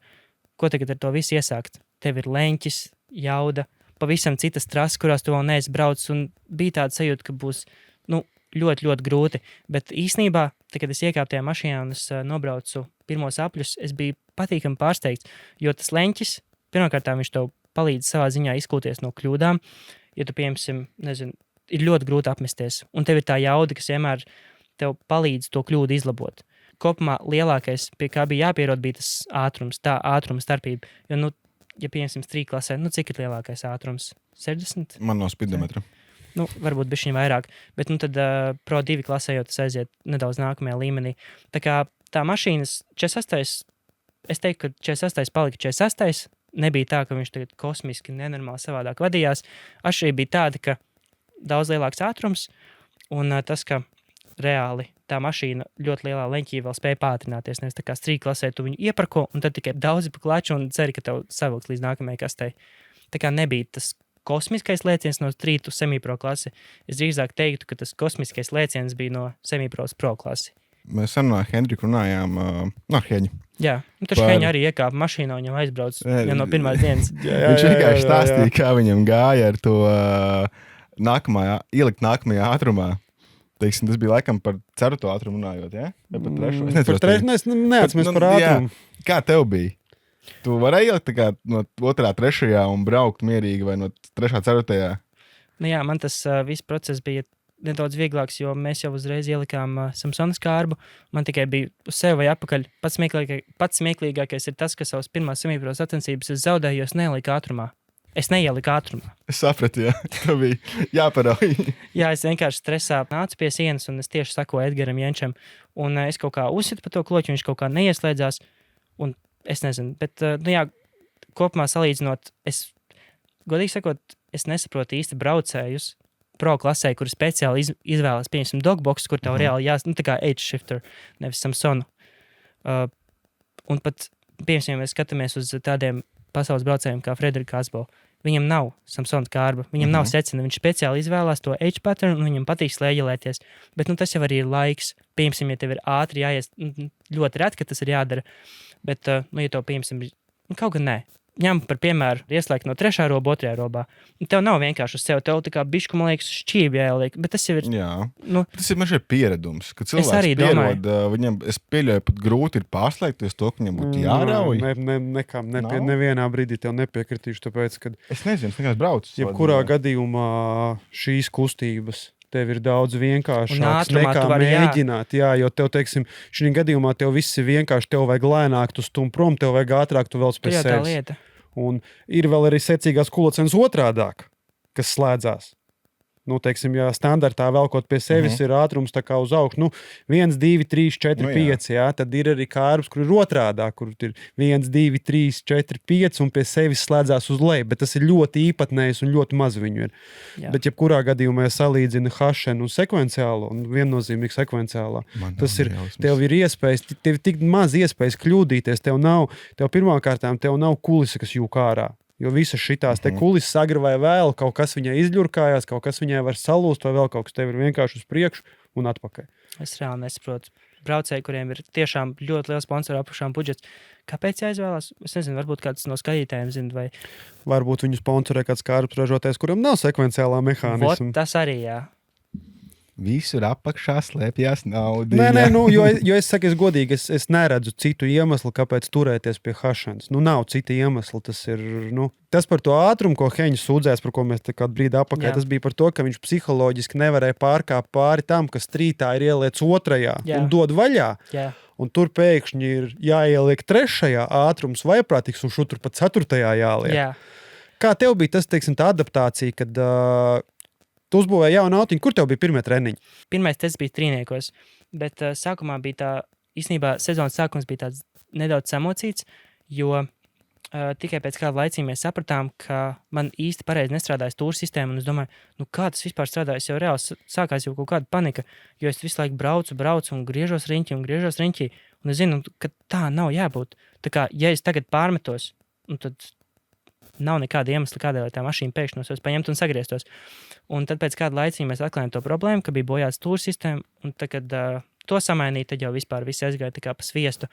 Un, godīgi sakot, ar to ātrumu pie viņa bija jāpierod, bet es jau no paša sākuma zināju to, ka man nav citu īstu variantu. Nu, tagad es stāvu starta, un nav variantu. Tev ir ja tu gribi tik līdz kastē, tev ir jāieskrienās. Un pat šad tad vienkārši tu stāvu startu, un tu jau samierinies ar faktu, ka būs liels ātrums, jā, tev būs bail, bet es zināju to, ka man būs jāpārkāj pārtāja bailē, vai tas notiks agrāk, vai tas notiks vēlāk. Vienkārši ir jāmoc. Ja gribi braukt, tad ir jātiek sev pāri, un ar to vienkārši jātiek galā. Aizpagājušā gada Pro 2 sezona. Kas ir tāds foršākais moments, kas tev viens no pirmiem nāk prātā, kas tev ko atcerēties? Jā, es teiktu, ka viens no foršākajiem momentiem bija noteikti Ragans Katls in general. Ragans Katls noteikti. Es varu 100% garantēt, ka tā ir viena no manām pašām mīļākajām trasēm, jo, kā jau es minēju, man ļoti patīk braukt pa kalniem. Jo tu jūti ne tikai redzi to, kas tev priekšā notiek, bet tu arī to ļoti, ļoti stipri izjūti ar savu ķermeni. Un tas, kas man īpaši fascinē par Raganas katlu, ir tas, ka tā trase, tu nevari viņu braukt uz Buiduji. Ir daudz vienkārši, piemēram, Daugavpils. Daugavpilī tu atbrauc, tā kā pat arī, ja tu, piemēram, neizbrauc pa ideālo trajektoriju, pat arī, ja tu neizbrauc pa ideālo trajektoriju, tāpat tas brauciens izskatās tā kā skaists, dūmi ir, līnija ir. Ir ļoti vienkārši. Manuprāt, Daugavpils ir ļoti vienkārši, salīdzinoši vienkārši trase. Bet, ja mēs ņemam Raganas katlu par piemēru, tur viss notiek pilnīgi savādāk. Īsnībā, pirms Raganas katlu sacensībām es pavadīju aptuveni 3 dienas, un es kladē zīmēju to trajektoriju. Un es zīmēju, piemēram, iemetienā, es braukšu no kreisās puses uz labo, tajā vietā es noraušu roceni. Ja man nesanāks kaut kas, tad tur es uzspiedīšu pa bremzīti. Es jau 5 soļus katrā līkumā priekš izdomāju, kā es darīšu.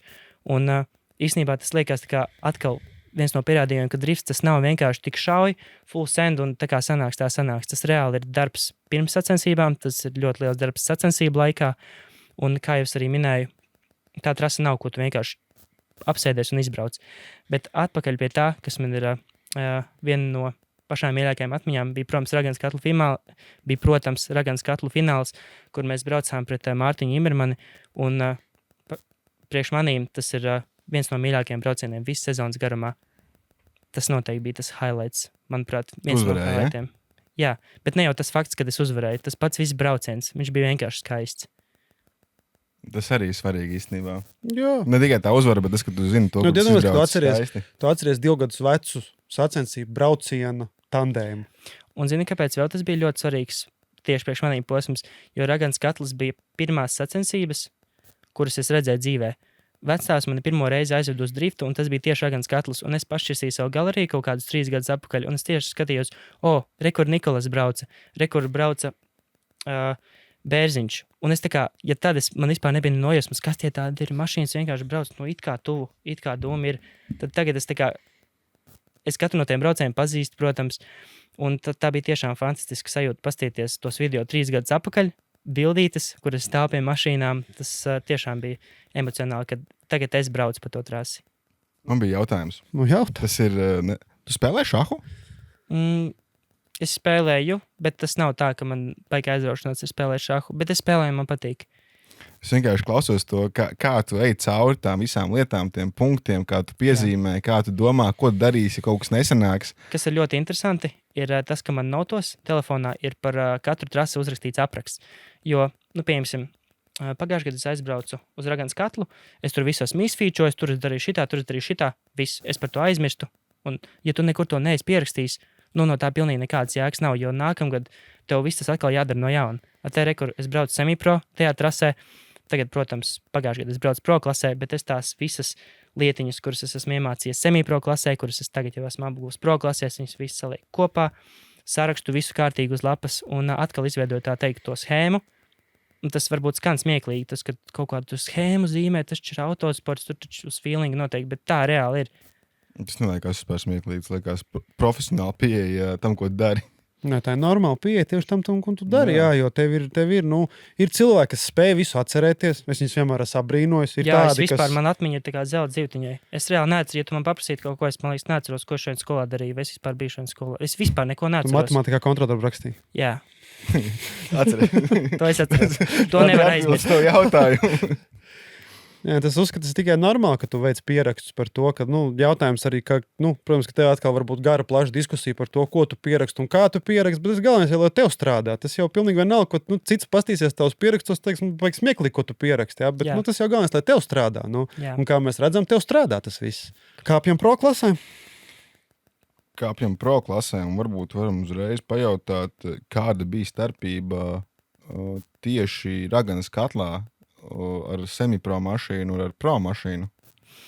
Jā, lielākā atšķirība, manuprāt, bija tā, kā jau es iepriekš minēju. Raganas katls ir ļoti specifiska trase ar to.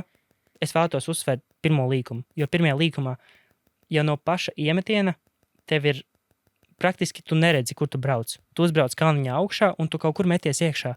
Un smieklīgākais ir tas, ka tu neredzi pirmo kasti.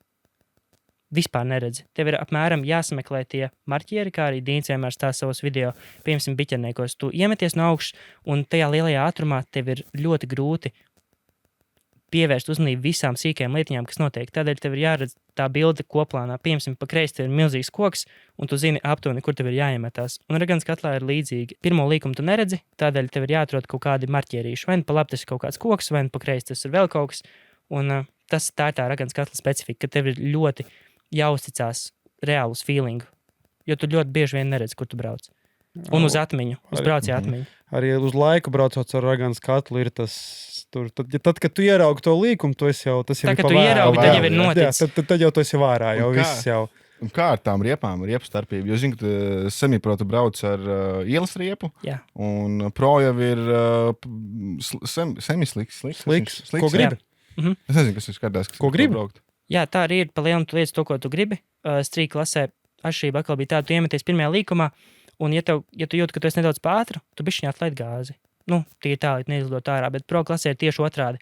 Es atceros, bija vairākas tādas situācijas arī treniņos, ka tu jūti, ka tu esi par ātru. Un tā vietā, lai atlaist gāzi, tev ir jāmet vēl lielākā leņķī un jāpaļaujās mašīnai, lai viņi tevi no tām problēmām izvelk ārā. Tas nozīmē, tu ieber gāzē, tev riepa, un to visu mašīnu sagripojas, un viņi tev fiziski vienkārši izglābi.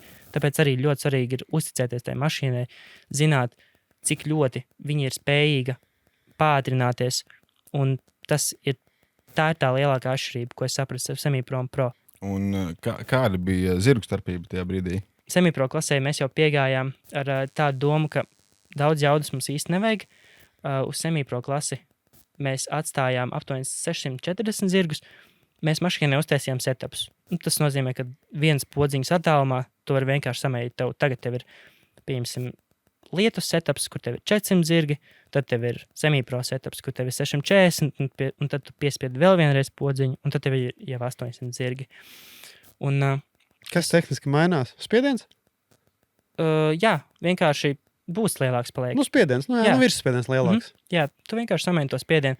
Pārkāpām uz pro tačku, jāuzticās autiņam, riepas, citas, pirmās sacensības. Labi, mērķis uzreiz skaidrs, aizbraucam uz sezonu, viens mērķis, čempions, vispār citu domu nav, motivācijas pietiekam daudz no iepriekšējās sezonas. Kā bija tas pirmais iemetiens pirmajās sacensībās ar pro tačku? Ļoti. Tas, ar ko man paveicās, ir tas, ka pirmajās pro sacensībās bija lietus, un tad tā atšķirība nemaz nebija tik nenormāli drastiska. Un pirmajās sacensībās man arī sanāca iegūt 3. vietu. Un es īstenībā esmu ļoti pateicīgs par to, ka man sanāca sākumā uzbraukt tajā trasē pa lietu un tad pakāpeniski audzināt to tempu, pāriet uz sausu asfaltu. Un tāpēc tas negāja viegli. Piemēram, pirms driftmasteriem es zināju, ja es neieskriešos uz 150 kaut kas, tad, ja arī kaut kādā veidā es tikšu iekšā tandēmos, tad man vienkārši apētīs uzreiz. Tā kā tur nav nekādu citu iespēju. Un mēs speciāli, tas bija ļoti dārgi, bet to noteikti vajadzēja darīt. Mēs savācāmies grupiņā, noīrējām biķerniekus un speciāli tīri iemetienu dēļ uzrīkojām treniņu. Un tad Māris stāvēja iemetienā ar ātrummērītāju, un tad rekur šitajā braucienā man bija 130, sākumā vispār bija 120 kaut kas reāli nekur nedara. Ja tev driftmasteros iemetās uz 160, un tu uz 120, tev vienkārši jau ieskrējienā, vienkārši jau var braukt mājās. Samaksā dalības maksu un brauc mājās. Jā, jau pa kreisi griezt un prom. Bet, tad sākumā bija 120, tad bija 130, tad es kaut ko saostījos, tad bija 150, un tad sapratām, kad tagad esam gatavi. Bet, nenāca viegli tas iemetiens. Tu zini, kas tev ātrākais iemetiens tur bijis ir? Tajā treniņā mēs apstājāmies pie 150, bet es domāju, ka braucienā pret Nikolasu Fijā, pirmo reizi es tā darīju. Es vienkārši, pirmo reizi man bija tā, ka es no A līdz Z, no ieskrējiena sākumam līdz beigām, cik tā mašīna iet. 1. grīdā, 2. grīdā, 3. grīdā, 4. grīdā un iemeties. Es domāju, tur varētu būt ap 160. Bet tur nebija speedometrs, ja? Nebija. Kurā brīdī piesvaltēja to mazo gabaliņu klāt? Jo tagad jau salīdzinoši tas pirmais iemetiens ir diezgan drošāks pret agrāk. Es domāju, pret agrāk, jā, bet tāpatās droši viņš čista nav arī tagad, bet salīdzinot ar agrāk noteikti. Es īsti neesmu pārliecināts, kad viņu piesvaltēja. Manuprāt, ja es nemaldos, uz pagājušās sezonas beigām. Tikai uz beigām, tu principā pirmie biķernieki bija. Man atmiņāja, ka uz driftmasteriem uzasfaltēja. Uz kuriem? Iespējams, varbūt. Uz pagājušā gada driftmasteriem, jā, jo visu laiku mums bija. Iespējams, jā. Jo visu laiku bija tā, ka tas pirmais iemetnes bija ar pašu maliņu, un tur bija nenormāli daudz avāriju. Jā. Un tad vienkārši tur to gabaliņu, lai ir tā kļūdas iespēja, ka tu tai kastei pārtrāp, ārmalai trāp pāri, ka tu tomēr neesi pa taisno zemē. Kas nesagāja? Masteros? Sezonā? Nē, Sezonā šī sezona bija ļoti tehniski grūta, jo tas ir pilnīgi normāli. Ja mašīna visu pagājušo sezonu, aizpagājušo sezonu brauc semipro klasē, un tagad pēkšņi viņai vienkārši uzbliež 205. riepu sliku, loģiski, ka tas ir kultūršoks. Gan piekarēji, gan arī pašam kuzavam tā ir nenormāli liela slodze, arī motoram. Un sāka līst visu kaut kādas problēmiņas ārā, un tos mazos niķīšus ir pa vienam vienkārši jāizņem ārā. Piemēram, mums bija problēma, ka mums, tur Westgate nestrādā pēkšņi. To mēs kaut kā atrisinām. Tad tur kaut kāda blīvi izpuš. To mēs arī nav. Un ar katru to mazo niķīti, kas izlien ārā mašīnai, mēs paliekam vien gudrāk un gudrāk un to mašīnu attīstam. Tā kā es domāju, ka tas ir liels retums, kad ar pirmo viss aiziet. Tā kā tu uzbūvēji mašīnu un tev jau pro klasē viņi ies. Kamēr viss detaļas iet savās vietiņās, kamēr viss tas process iestrādājās. Un tas ir ilgs process, kamēr to visu izskaust. Un ar to mēs cīnījāmies diezgan lielu sezonas daļu. Bet galvenais, ka jūs sapratāt visu. Jā, teiksim, protams, uz nākamo gadu ir kaut kas, ko no iepriekšējā gada mācīties. Noteikti. Tā kā visu cieņu mehāniķiem, visas tās kļūdas, kas līd ārā jau līdz nākamajam posmam, protams, bija izlabotas. Un neliela škroba, protams, ir par to, ka, ja tā reāli skatāmies to visu situāciju, tad -1 mašīnas kļūme, 1 top 8 vairāk un būtu sagājis arī šo sezonu, tikpat čempi. Tā kā, ir nedaudz bēdīgs prāts jau uz to visu no tāda skatu punkta atskatās, jo kādēļ arī bija nedaudz lielāks spiediens nekā ierasti tieši ietiekšā pro sezonā. Un kādēļ bija vēl 2 lielāka spriedze pirms šīs te pro sezonas bija, jo starp dažiem pro braucējiem, tajā skaitā arī mani, mums bija savstarpējā cīņa par to, kurš pirmais iegūs visus 3 titulus. Tātad street klasē čempions, semipro klasē čempions un arī pro klasē čempions. Un kādēļ man tas bija 2 svarīgāk? Protams, tagad nav vērts par to runāt. Ja tantei būtu riteņi, tad kas tur būtu trolejbus? Tramvajs, jā. Bet, ja man būtu izdevies iepriekšējā sezonā iegūt pirmo vietu, tad es būtu tā kā pēc kārtas. Street champs, semipro champs un pro champs. Un to jau būtu ļoti grūti pārsist. Bet, nekas par to vairs nav pilnīgi nekāds jēgas domāt, to vairs apakaļ laiku nekādīgi nepagrozīs. Tagad viss fokus ir uz nākamo sezonu un jāmēģina tad nākamajā sezonā piepildīt to mērķus, kuru mēs jau gājām pagājušajā gadā. Es atkal uzplīšos ar savām spilgtākajām atmiņām, tāpat tā kā pa Pro 2 klasi. Pagad paņemam pagājušo sezonu, Pro klase. Tas tāds pirmais, tāds foršākais, kas nāk galvā prātā. Noteikti FIA. Tāpēc, ka FIA sacensības noteikti līdz šim ir bijušas viens no lielākajām manas karjeras sacensībām, tieši tāpat kā Drift Masters. Bet, ja Drift Masterā reāli nesagāja, un es jums noteikti nevarētu nodot to stresa sajūtu, kas bija stāvot tur augšā, kad par tevi fano tik daudz latviešu, ka visi tur īšķīšas, un ka tev tulītās jāņem un jānobrauc kvalis uz minimums 85 punktiem, lai tu tiktu iekšā kvalifikācijā. Tā kā tā sajūta bija vienkārši neizsakāma stresaina, un es teiktu, ka stress arī mani naturā pievīla, nedaudz arī laikapstākļi, jo tieši pirms otrā brauciena sāk līt lietus, un tā atkal ir tāda mentāla spēle. Tā kā tie daži uz tev uz loga parādās, tas lietutiņš, tu nevari vairs pušot uz 100%, jo tu nezini. Biķernieku iemetiens ir ļoti viltīgs, jo tas jaunais asfaltiņš, kas ir uzliets, viņš slīd, tā saķere ir nedaudz mainīga pirmajā līkumā, pirmkārtām tādēļ, ka tas reljefs tā tikai liekas laivā. Tu skaties, trasa viss ir taisna un viss ir kārtībā, bet īsnībā uz pirmās kastes izejām tā trasa pārvēršas par savu veidu bļodu, tādēļ Lietuva tā trasa kļūst vēl daudzreiz sarežģītāka. Un, bet atgriežoties apakaļ par to, ko mēs runājām, Drift Masterā bija diezgan liela neveiksme, un tad gribējās kaut ko tādu, sezonu noslēgt uz pozitīvas nos un pierādīt to, ka es tomēr tieku galā ar savu stresu un kad es varu to izdarīt, jo es ļoti labi zināju, ka es varu to izdarīt. Drift Masteros treniņos viss bija perfekti. Arī citi ļoti slaveni braucēji spoteri skatījās, un arī Mārim teica, ka visu cieņu par tādu braucienu treniņu laikā, bet kā pienāca kvalifikācija, tā vienkārši plauktiņš ciet, visu aizmirstam un vienkārši braucam pa lakstiem.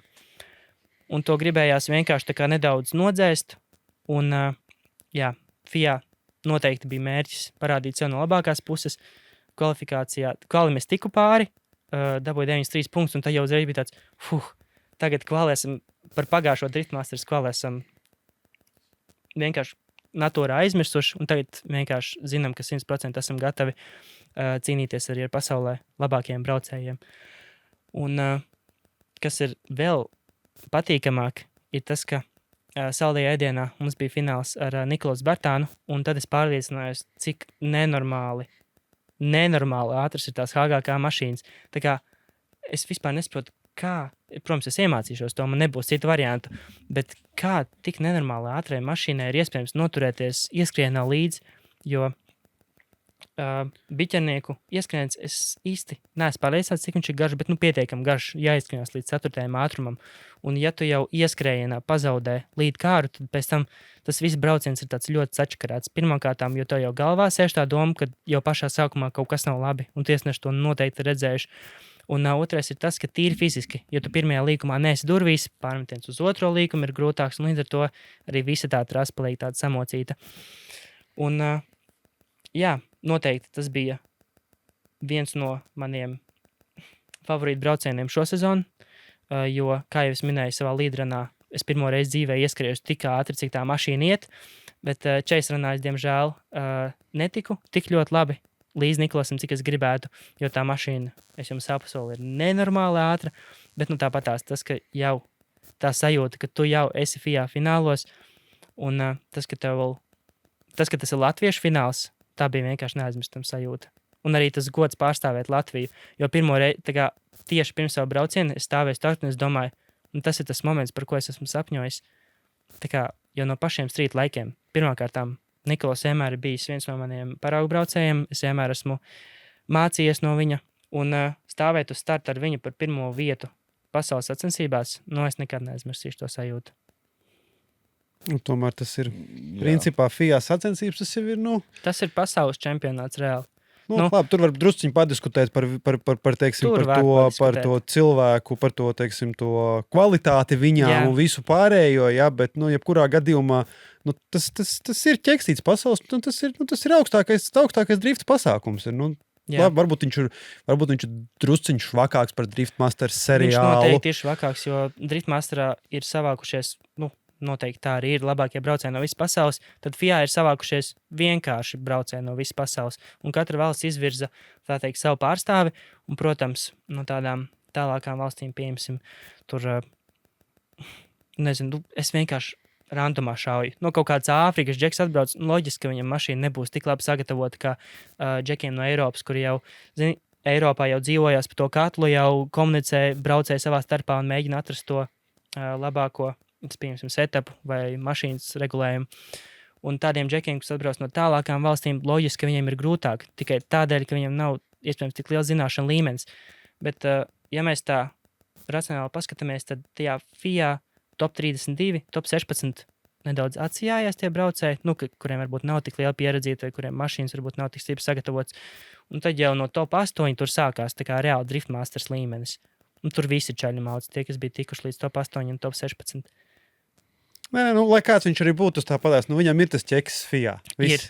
Tas ir, kā darba vietā ir raksts, tas ir ieraksts CV, ka tu esi to FIA braucis, un tas tomēr ir, un vienalga, kas tas FIA bija vai būs, bet tas ir FIA, jā. Un šajā gadījumā es pat teiktu, FIA posms tev ir daļai kā uzvara, jo tu zaudēji Nikolasam Bartānam HGK mašīnu. Jā. Es pat neteiktu zaudēs, piekāpies. Jā.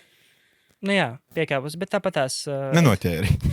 Zaudēja vai piekāpies kāds tas bija tam? Reāli tā visa problēma jau sākās ar ieskrienā, jo man jau arī tā pieredzīta, salīdzinot ar Nikolasu, viņi ir krietni mazāka, un tie ieskrējiens ir, kā es minēju, nenormāli svarīgs driftā. Ja tu ieskrienā palaid, tad būs pēc tam ļoti grūti tās garumā saķert. Un tā arī bija.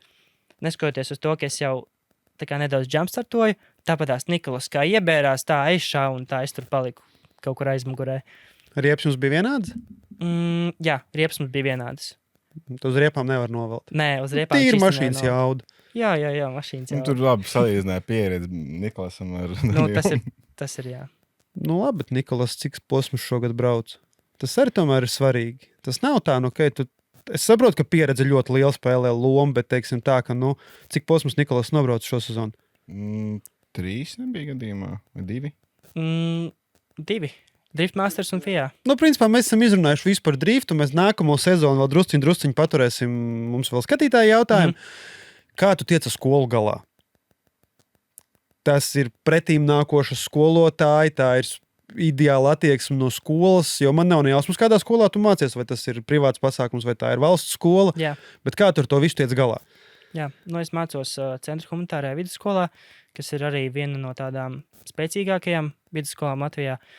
Un es teikšu godīgi, sakombinēt driftu ar skolu, es teiktu, ka tas varbūt pat nav tas pats sarežģītākais uzdevums, jo, ja mēs tā skatāmies, drifts jau pārsvarā notiek vasarā, un skola notiek, ziemā. Tādēļ iespējams driftu apvienot ar skolu, ja man kāds jautā, tas nebūtu tas pats sarežģītākais, bet driftu apvienot ar peldēšanu, tas gan ir nenormāli sarežģīti. Es tieši gribēju par to jautāt. Jo, ja peldēšana, tas ir reāli kā divas skolas. Vienu skolu tu nevar izlaist, un otru arī nevar izlaist. Un grozies kā gribi, bet tev ir jāapmeklē gan treniņi, aptuveni 5 reizes nedēļā, gan arī skolu 5 reizes nedēļā. Un termiņi deg paralēli tekošiem darbiem skolā. Mums ir arī ilgāki projekti, un visi viņi arī jāpaspēj pabeigt laikā. Un līdz 9. klasē es visu laiku esmu ļoti labi mācījies. 10. arī ļoti labi mācījos. Un tagad arī vēl ļoti labi mācos, bet nemalošu par to, ka paliek daudz grūtāk. Tā kā tas līmenis arī aug, bet būs labi, sajies. Labi, tātad ar skolu un driftu tu tiec galā. Man no malas skatoties liekas sāpīgākais tas, kad sezonas sākumā ir skola un sezonas beigās ir skola. Jā, tas ir. Es joprojām atceros to brīdi, kad man tieši bija eksāmeni 9. klasē, un arī paralēli notiek jau pirmās sacensības driftā.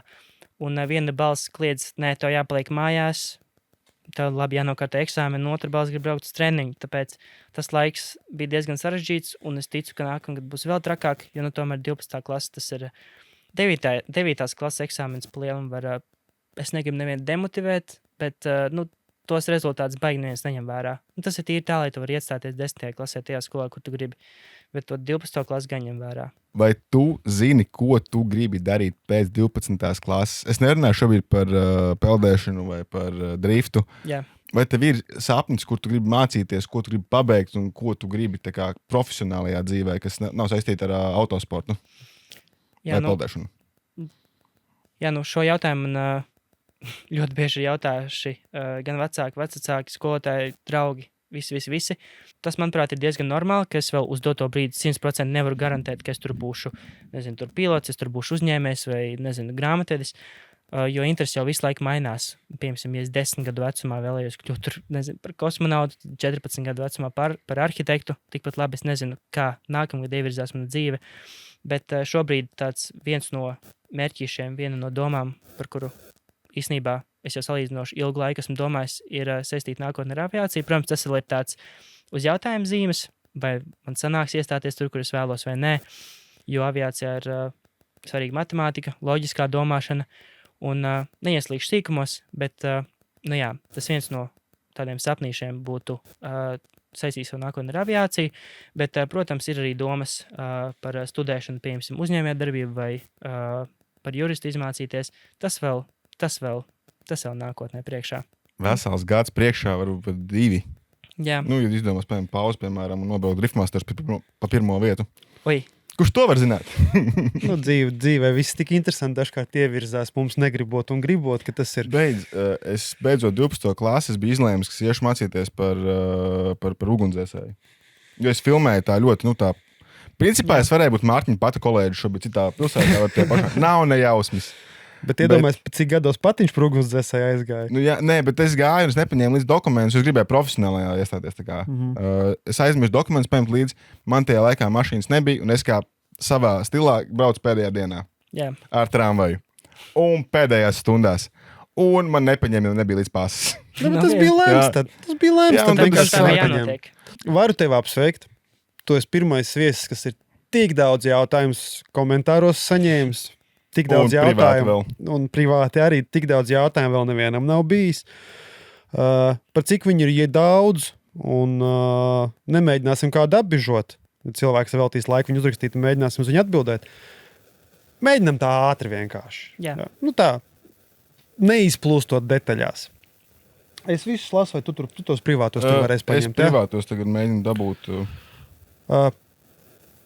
Te būs bijis šī piebilde no manis. Es zinu, ka tu esi kādu skolotāju no skolas vizinājis. Jā. Ir jautājums no Gaudāvis. Kuru skolotāju no savas skolas tu gribētu izvizināt driftā? Noteikti skolotāji, kur es gribētu izvizināt, ir mana klases audzinātāja Jolanta, un par ko es esmu viņai nenormāli pateicīgs, ir par to, ka viņa arī atbalsta visu šo driftu kustību, un par to man ir ļoti liels prieks. Vēl kuru skolotāju es gribētu izvizināt, ir noteikti angļu skolotāji. Īsnībā man tagad negribās kādu skolotāju diskriminēt, jo būšu godīgs manā skolā, un manai klasē ir ļoti paveicies, ka visi skolotāji ir ļoti pretimnākošs un arī ļoti labi spēja iemācīt.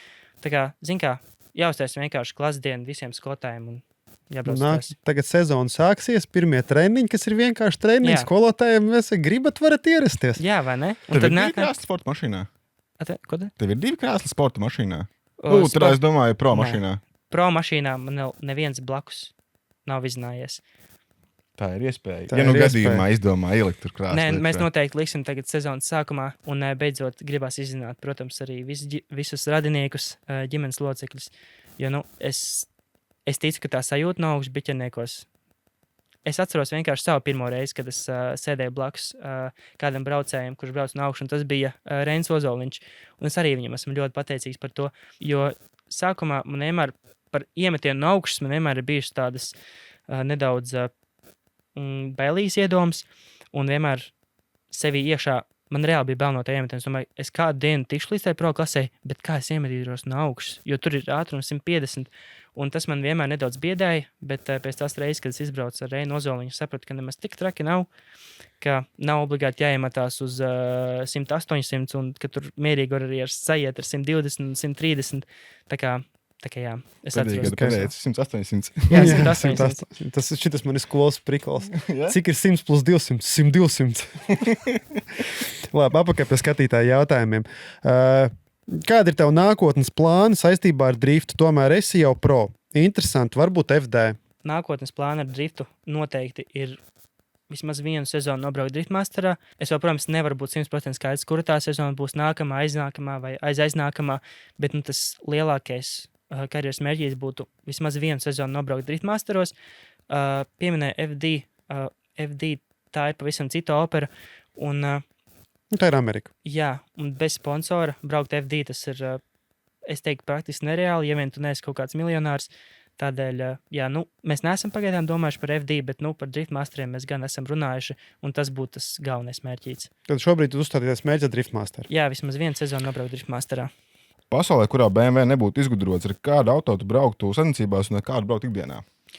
Sacensībās es noteikti gribētu braukt ar Nissanu, un es vienmēr arī esmu skatījies uz tām S-šasijām, un ne jau par velti Dīns ļoti ilgi nobraukts ar S-šasiju, un es ticu, ka viņi varētu ļoti viegli vadīties. Tādēļ, ja man būtu iespēja, piemēram, tagad samainīt 48 pret jebkuru citu šasiju, es domātu, ka es izvēlētos S-šasiju, piemēram, 13 Nissanu.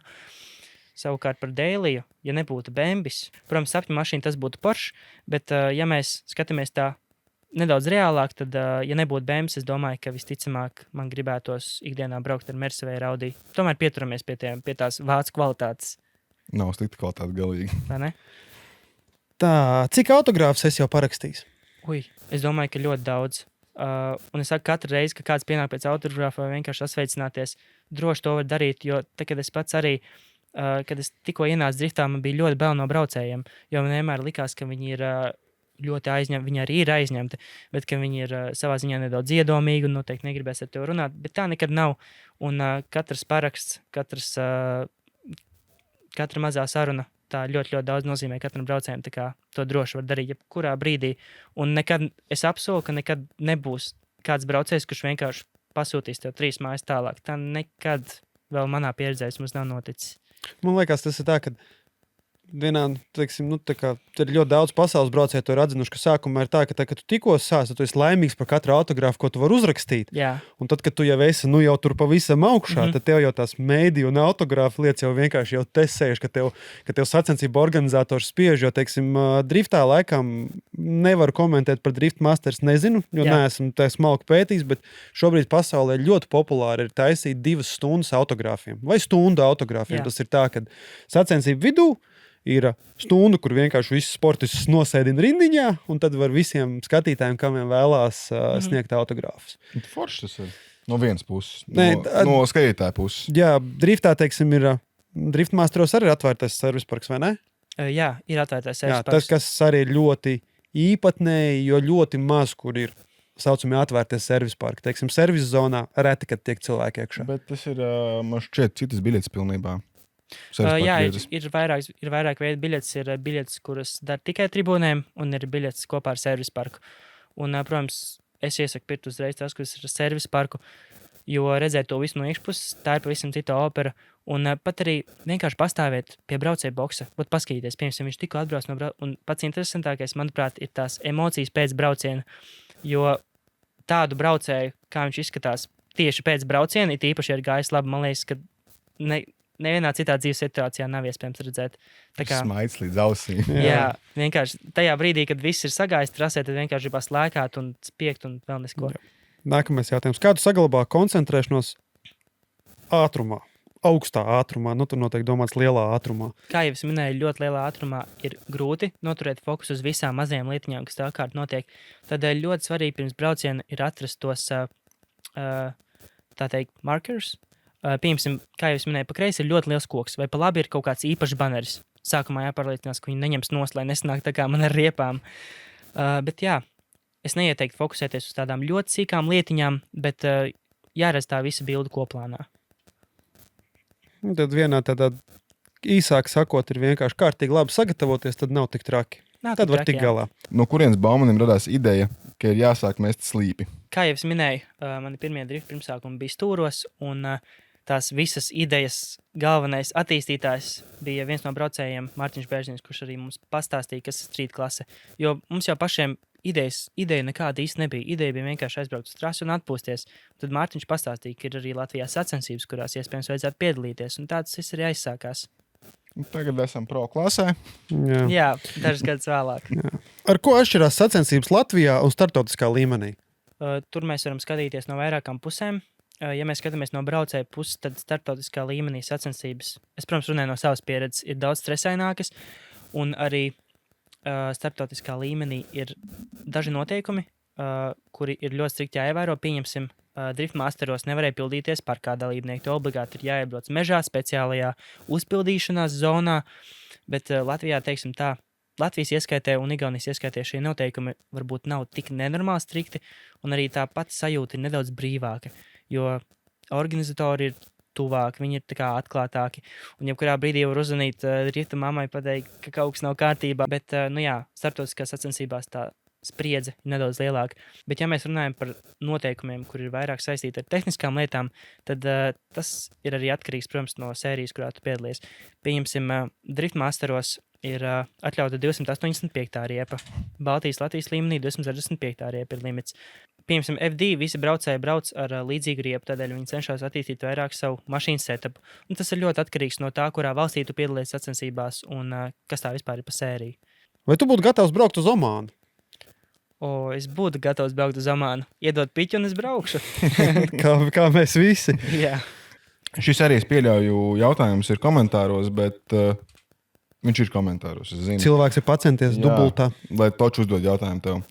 Pastāsti starpību starp ziemas driftu, slapjo driftu un sauso driftu. Jā, ziemas driftā, kā jūs minējat, tas ir vislabākais gadu laiks, kad sākt mācīties driftēt, jo viss notiek divreiz lēnāk nekā braucot pa asfaltu. Tādēļ var ne tikai ietrenēties tās visas pamatkustības, un, piemēram, kā tur taisīt pārmetienus, kā noturēt to sānslīdi, bet arī trenēt tādas lietas kā tos pārmetienus un tā tālāk. Ja mēs runājam par slapjo driftu, tad es to raksturotu kā tādu pāreju no ziemas driftu uz sauso driftu, jo pa slapjo vēl joprojām viss notiek salīdzinoši lēni, un ļoti bieži braucēji izmanto slapjos treniņus tieši, lai trenētu to proximity, tos tuvos pārmetienus. Taču driftējot pa slapjo un ziemā, tu nevari noķert to pašu kaifu, kas ir driftējot pa savus asfaltu, jo tur parādās pirmkārtām dūmu smaka. Vispār es vienmēr Smarža. Smaka, jā. Smarža. Es vienmēr esmu aizdomājies, kā tas ir. Iedomājies, to gumijas gabalu lido iekšā plaušās, un nevar būt, ka tur nekāda nosēduma neveidojās. Es nezinu, vai tas ir kaitīga nekā pīpēšana.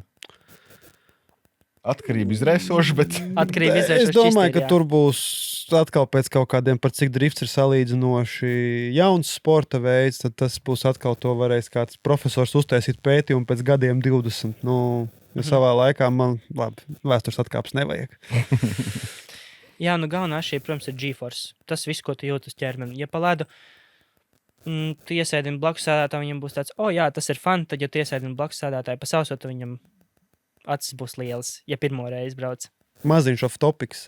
Savā laikā viens no F1 pilotiem vinnēja prāvu tiesu par to, ka viņa bremžu kluču sastāvs bija nonācis plaušās. Ko? Jā, agrāk bija bremžu klučiem sastāvā bija asbests, ja es nemaldos. Un tad bremzējot viņš iet tā pa gaisu, un viens no F1 sportistiem ļoti labi tā kā sāpju naudu saņēma tieši par to. Mēs nezinām ne vārdu, neko, bet tiešām tas ir reāls gadījums, un runa bija par to, ka no tā laika arī aizliedz asbestu klučus. Jo vairs nav asbests sastāvā bremžu klučiem. Man ir jautājums, vai tu vispār zini, kas ir IC Rencuks? Ir nojausma? Nē, pirmo reizi tādu dzirdu. Jo vienkārši ir kaut kāds veisi gāzes ar IC Rencuks veco kompaktu. Ir tev nojausma, par ko ir runa, ja nē? Nē, es tādu Renāru Juskevicu vispār nepazīstu. Nē, IC Renčuks. Skaidrs. Tas bija sarkasms. Tas, ko mēs darām, visi dievišķieši paņēma mūs ritīgi labi. To komentāru tu esi gatavs atbildēt, jā? Jā, es esmu gatavs atbildēt. Vai esi gāzis ar, sorry par manu angļu valodu, IC Renčuks veco kompaktu? Jā, bet, protams, Renāru es pazīstu. Renārs ir cilvēks, kurš man, jau pēdējos 3 gadus filmēju kontentu, un es esmu nenormāli pateicis Renāram par to, jo filmētājā darbs ir nenormāli sarežģīts. Tu noteikti vari piekrist.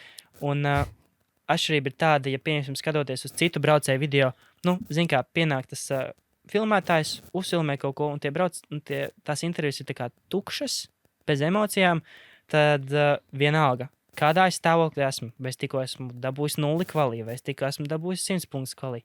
Vienalga, Renārs vienmēr līdīs, vienmēr prasīs, un tas ir, par ko es viņam esmu nenormāli pateicīgs, jo viņš vienmēr zina tieši pareizo brīdi, kad pie manīm atnākt, mani nokaitināt, un pēc tam to ielikt video, lai tās emocijas nenormāli labi redz. Un tad savākt foršas laiks. Bet tu teisi viņa veco kompaktu gāzes, vai nē? Nē, es zinu, ka viņš to kompaktu pārdeva. Viņš viņu sākumā pabrauca, dažus treniņus pēc tam viņš viņu pārdeva, bet tā arī es neesmu ticis līdz tam kompaktam. Kurš bija tavs grūtākais brīdis karjerā, un kā tu viņu pārvarēji? Es teiktu, viens no grūtākajiem brīžiem manā karjerā noteikti bija kāds laiciņš pēc driftmasteriem, jo driftmasteri bija sacensības, par kurām tas jau tīri normāli, ka es sapņoju no pašiem drifta aizsākumiem, un tā kā es saprotu, ka es tikko nenokvalificējos. Un tas bija bišķiņ tāds brīdis, kad jāapsēžās, nedaudz jāpadomā, jāizanalizē visas kļūdas 2 reizes vairāk, lai varētu saprast tieši, kas nogāja greizi. Un mēs nonācām pie tāda secinājuma, ka vienkārši jātiek galā ar nerviem. Jo es zinu ļoti daudz braucējus, kuri treniņos brauc kā dievi, viss ir kārtībā, taistos pārmetienas, riskē, viss ir kārtībā, bet līdz ko pienāks sacensības, viss melna bilde. Un tas ir ļoti līdzīgi tieši tas, kas man notika. Tādēļ pēc driftmasteriem bija nedaudz tā jāapsēžās, jāpadomā, kas tieši nogāja greizi, bet tad jau nākamais posmos atkal visi aizgāja vecajās sliedēs, sanāca arī pēc tam parādīt ļoti labu sniegumu klubu lohu, tā kā ļoti ātri tikām apkaļ uz kājām. Kāda bija tava kļūda treniņos vai sacensībās, no kuras tu esi mācījies? Es teiktu, ka es esmu ļoti mācījies no tās kļūdas, kur notika driftmasteros, manā pirmā kvalifikācijas braucienā. Es iemetos, es sapratu, ka viss ir slikti. Jo es nedaudz pāršāvu pār strīpu, es jau pazaudēju praktiski 15 punktus, un es savā ziņā iekritu nelielā panikā, jo man jau bija tāds, jo visu atlikušo braucienu bija tāda sajūta, kad nebūs, tad kāda jēga censties. Bet, ja es patienu to bildu uz apakaļ, labi, pirmā kaste nav. Pirmajā kastē ir aptuveni 15 punkti. Būtu pazaudējis tos 15 punktus, bet visā pārējā trasē dabūjis maksimālos punktus, tad iespējams es būtu izgājis kvali. Bet ņemot vērā to, ka es ieķēru paniku, uzreiz bija tāda sajūta, nesajies, pēc tam es arī tālāk iebraucu cienā, un viss bija ļoti slikti. Vienalga, cik slikti ir gājis pirmajā vai otrajā līkumā, vienmēr brauciens ir jāpabeidz līdz galam un jāmēģina savāt visas kastes perfekti līdz pašai pēdējai trases daļai. Jo nekad nevar zināt, vai tieši šie 2 punkti būs izšķirošie. Tos ļoti daudz saka, kad runā par to, ka galvenais neatmesties pie pirmās, tev mazākā man kļūda. Tā vienmēr ir uztais kļūda un viss jau slikti. Jā, perfekcionists. Jā. Ko tu ieteiktu jauniešiem, kuri grib sākt driftot? Jā, es noteikti ieteiktu nelikt uzreiz, iespējams, sausajā driftā iekšā, jo pirmkārt tas ir salīdzinoši liels izmaksas. Tas ir, es teiktu tā, ka bez ziemas drifta, vismaz, ja tu gadu neesi nobrauc ziemas driftā, ir ļoti grūti saprast to kustību sausajā driftā, jo sausajā driftā tev nāk klāt tādi faktori, kā jau es minēju, kā tas G-force, tie visi dūmi, viss notiek nenormāli ātri. Savukārt pa ziemu viss notiek tādā slow motionā.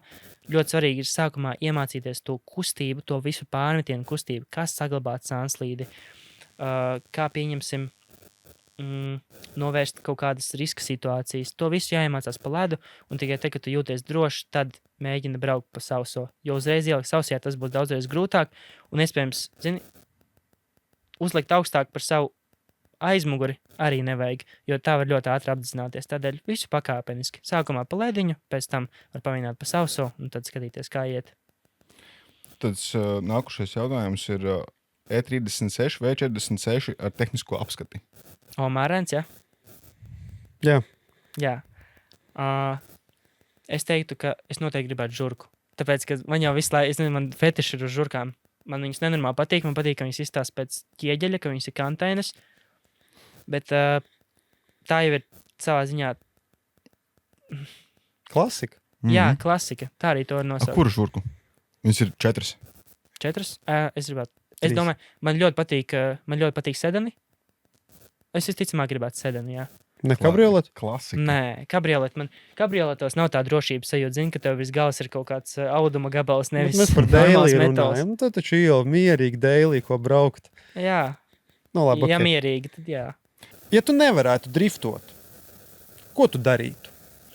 Te nav konteksta, tāpēc vienkārši, ja tu nevarētu driftot, ko tu darītu? Ja es nebrauktu driftā, es domāju, ka tāpat tas viss virzītos kaut kur vai nu uz riteņu braukšanu, vai nu uz skūteriem, vai nu uz slēpošanu, snobošanu, jo arī pirms es sāku braukt driftā, godīgi sakot, visu šie te pēdējie 4 gadi ir pagājuši tikai un vienīgi driftā. Es neesmu bijis nepaslēpot uz kalna, es neesmu nepabraucis, es agrāk braucu uz skūteri, pa skateparku. Nepabraukt ne ar kādu skūteri, ne ar riteni. Visu laiku, viss, kas grozās tikai ap driftu, kas, manuprāt, ir nedaudz jāpamaina, jo, ja šitā te dzīvot turpmākos gadus visu savu dzīves atīt tikai ar driftu, tad jau nav tāda daudzpusība un kādā brīdī var vienkārši izdegt.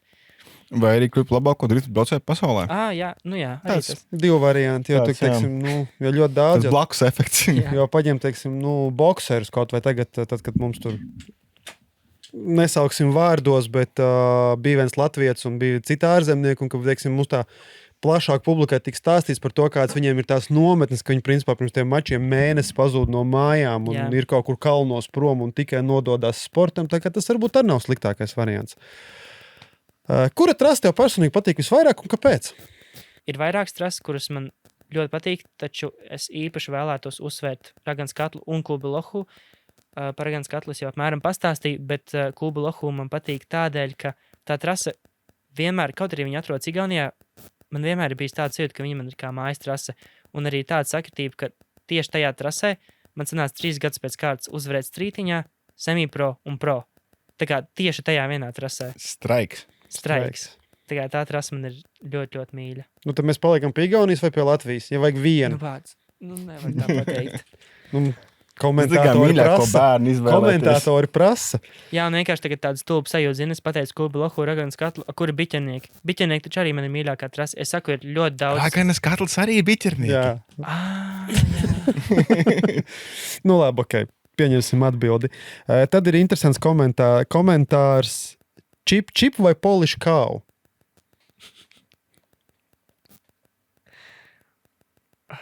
Es atceros, ka mēs braucām uz Igaunijas sacensībām. Ceļš bija kaut kur 3 stundas. Mēs kopā ar manu mehāniķu Žaņu noklausījāmies to čipi, čapa pusotru stundu. Es pat nezinu, kas tas ir. Jā, man nav jāsas, par ko tu runā. Kā nezini? Es nezinu. Iedod kontekstu, viņš šeit nopietni nezinu. Es nevaru kontekstu iedot. Tā ir dziesma, tas ir podcasts? Jā, tā ir dziesma. Skaidrs. Ok. Žēl, ka mēs nevaram palaist, tagad man interesē. Tas būs autortiesības. Es zinu, tāpēc nevaram. Jā, būs autortiesības. Jā, tās ir autortiesības automātiski.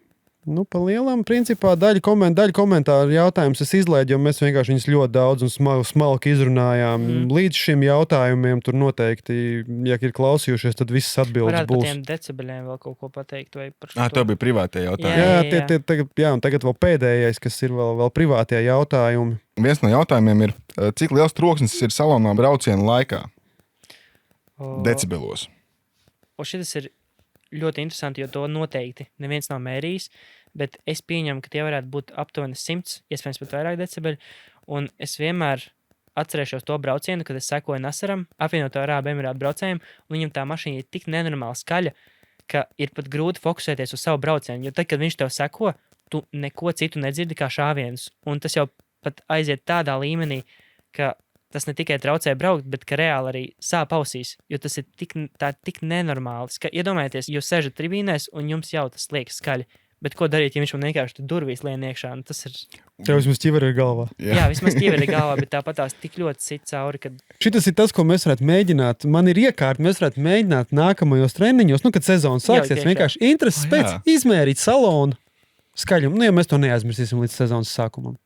Mums ir jāsāk pierakstīt lietas, kā Daniels to darīja, jo savādāk mēs aizmirstam. Apsolam un aizmirstam izdarīt. Mums ir tik labas idejas, bet mēs visu laiku aizmirstam. Vienkārši paiet mēnesis un viss ir aizmirsts. Un laikam šis ir jāpieraksta.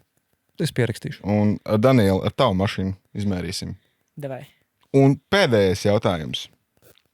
Vai drīkst griezt saulītes pēc uzvaras? Jā, noteikti uzgriezt saulīti pēc uzvaras, tas ir atļauts. Protams, nevajag tur baigi aizrauties, ka tu tur taisi 30 sekundžu burnaut uz vietas, jo tad paliks kaut kāds damage trasei. Bet to noteikti drīkst darīt. Es pats to noteikti esmu darījis, un tā ir ļoti patīkama sajūta, jo tas jau ir ne tikai veids, kā nosinēt savu uzvaru, bet tas arī uztaisīt skatītājiem maziņu šoviņu. Un arī pēc FIA, kad mēs ar Nikolas taisījām saulītes, kādu laiciņu atpakaļ es skatījos Driftmasters laivu, kad Dīns ar Dveinu, manuprāt, taisīja tās sinhronās saulītes. Un es vienkārši brīnījos, kā viņi var praktiski tās mašīnas saskarās kopā ar ratiem, un viņi tāpatās turpina griezties. Un es to mēģināju uztaisīt šoreiz ar Nikolasu, un, jā, manuprāt, ļoti labi sanāca. Un pēc tam bija ļoti liels prieks redzēt to storijos no malas. Tas vēl viens treniņš un labs kontents. Un bija vēl viens jautājums, ko tu gribēji atbildēt beigās. Kurš tas bija? Jā, tas bija, kas man motivē uz priekšu. Godīgi sakot, turpināt mani motivē tas, ka, pirmkārtām, teikšu, kā ir, un pilnībā godīgi, drifts ir tāds sporta veids, kur naudiņu ir praktiski neiespējami nopelnīt, tādēļ saistīt driftu kā ar savu nākotnes karjeru. Tas ir tāds ļoti 50-50, vai nu sanāks, vai nesanāks. Es pat teiktu, ka drīzāk, ka nesanāks, jo reāli es domāju, ka uz rokas pirkstiem varētu saskatīt braucējus, kur reāli ir izveidojuši veiksmīgu karjeru ar driftu. Tādēļ es noteikti neteiktu, ka tas ir kaut kas saistībā ar karjeru. Es teiktu, ka tas jau ir pārvērties savā ziņā par dzīvesveidu. Un, ja es piemēram uzdodu jautājumu, kas būtu, ja tagad pazustu drifts? Un ko es būtu visus šos gadus darījis bez drifta? Un noteikti arī visi tie cilvēki, kurus es esmu saticis laika gaitā driftā, jaunie draugi, kurus esmu ieguvis, tā visa komūna ļoti, ļoti motivē iet vēl uz priekšu. Jo tu nevari iedomāties savu dzīvi bez drifta, ka tu jau to esi pamēģinājis. Šis jautājums ir ļoti tāds filozofisks, jo es nevaru nosaukt tādu konkrētu vienu iemeslu, kas mani motivē uz priekšu, bet tā visa komūna, tu vienkārši plūsti un tu izbaudi to, ko dari. Sacensības, tusiņš, adrenalīns. Jā, noteikti. Labi, atbildi, patika. Jā. Skatītāji jautājumi ir beigušies. Bet mēs dosim Danielam izlasīt pilnībā visus viņus. Reik iziet cauri jautājumiem un izvēlies savu favorītu. Rēķini to, ka tie jautājumi, kas bija pie tevis, tu viņus pa decibeliem atceries, vai ne? Un pārējie tur principā viss dublējās arī tie, kas iesūtīja privāti. Es atvainojos tiem, kuriem es neatbildēju par privātiem jautājumiem. Liels jums paldies, ka iesūtījāt privāti. Mēs jūs visu izlasījām, vienkārši darbs tik daudz, ka diemžēl nesanāk visiem atbildēt. Tikai nākamreiz, ja gribat privātu jautājumu, tad atstājiet viņu tikai privātu, lai nedublējās tā, ka ir komentāros un privāts. Nē, viss kārtībā, vienkārši, Daniels var sagatavoties.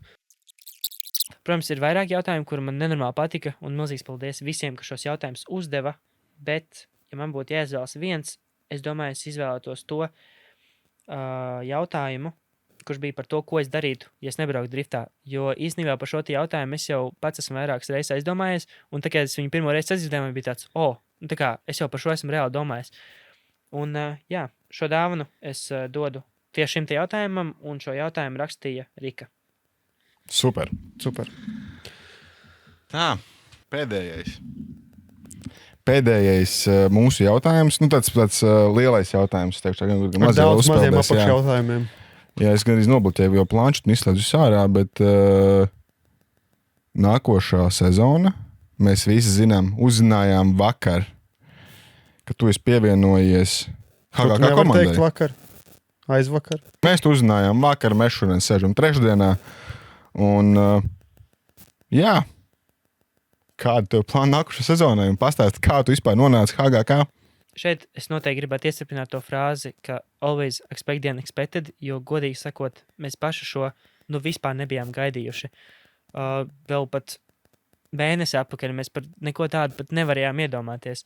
Un es esmu nenormāli pateicīgs Kristapam, Harim par tādu iespēju, jo, zin kā, ja vienmēr ar driftu ir tā, tu visu laiku dari uz riņķi, un ja no tā nav īsti nekādas pašadevas, protams, kaifs ir, un viņš nekur nepazudīs, bet ar laiku tu sāc jau apšaubīt, vai tas ir to vērts. Piemēram, vienas sezonas laikā par tām finansēm, ko tu iztērē vienas sezonas laikā, tu, piemēram, var nopirkt mašīnu vai uzcelt māju, un vai tas ir to vērts, un tad šāds pavērsiens tiešām deva vēl papildus stimulu gan man kā braucējiem, gan arī ģimenei turpināt censties un turpināt to visu ceļu, jo es saku, HGK vienmēr ir bijusi tā komanda, tā top-notch komanda.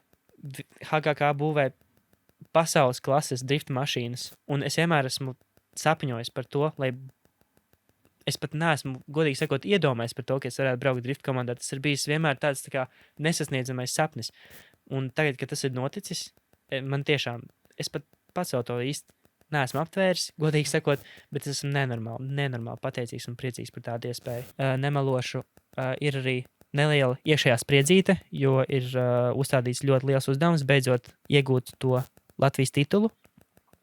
Bet, zin kā, vienmēr ir tā, pirms sezonas vienmēr ir tas lielākais stress, bet, kad sezona sākās, tika iestrādāta tā vecā taciņa, tas vecais ritms, un tad jau viss salīkās pa plauktiņiem. Tā kā, jā, plāns nākamajā sezonā mums ir braukt pilnu Baltijas sezonu.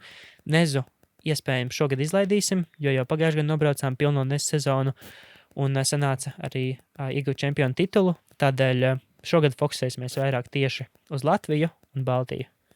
Ir kāds papildus posms bez mūsējā posma? Jā, tas ir Ziemeļeiropas čempionāts. Ir Baltija, Latvija, Ziemeļeiropas čempionāts. Tas nozīmē viens posms Somijā, jā? Viens posms Somijā, un vēl šogad viņi pielika vienu posmu, ja nemaldos, Zviedrijā. Zviedrija varētu būt klāt. Es neesmu lietas kursā. Tas nozīmē, vienkārši tas ir uz loģistiku sarežģīti. Jā, tas ir diezgan sarežģīti, un nemaloši tas viens posms izmaksā vaiprātīgi daudz visas mašīnas transportēšanas izmaksas, degviela, viss. Tas ir ļoti dārgi, un tas īsti ir nevajadzīgi. Jautājums tev. Tu uzrunāji HGK vai tevi uzrunāji HGK? Es teiktu, ka uzrunāji tas ir tāds ļoti skaļš vārds. Es redzu, es uzreiz jau pieķeros. Vai ne? Jā. Bet tu droši atbildi tagad. Kā? Saka, kā ir?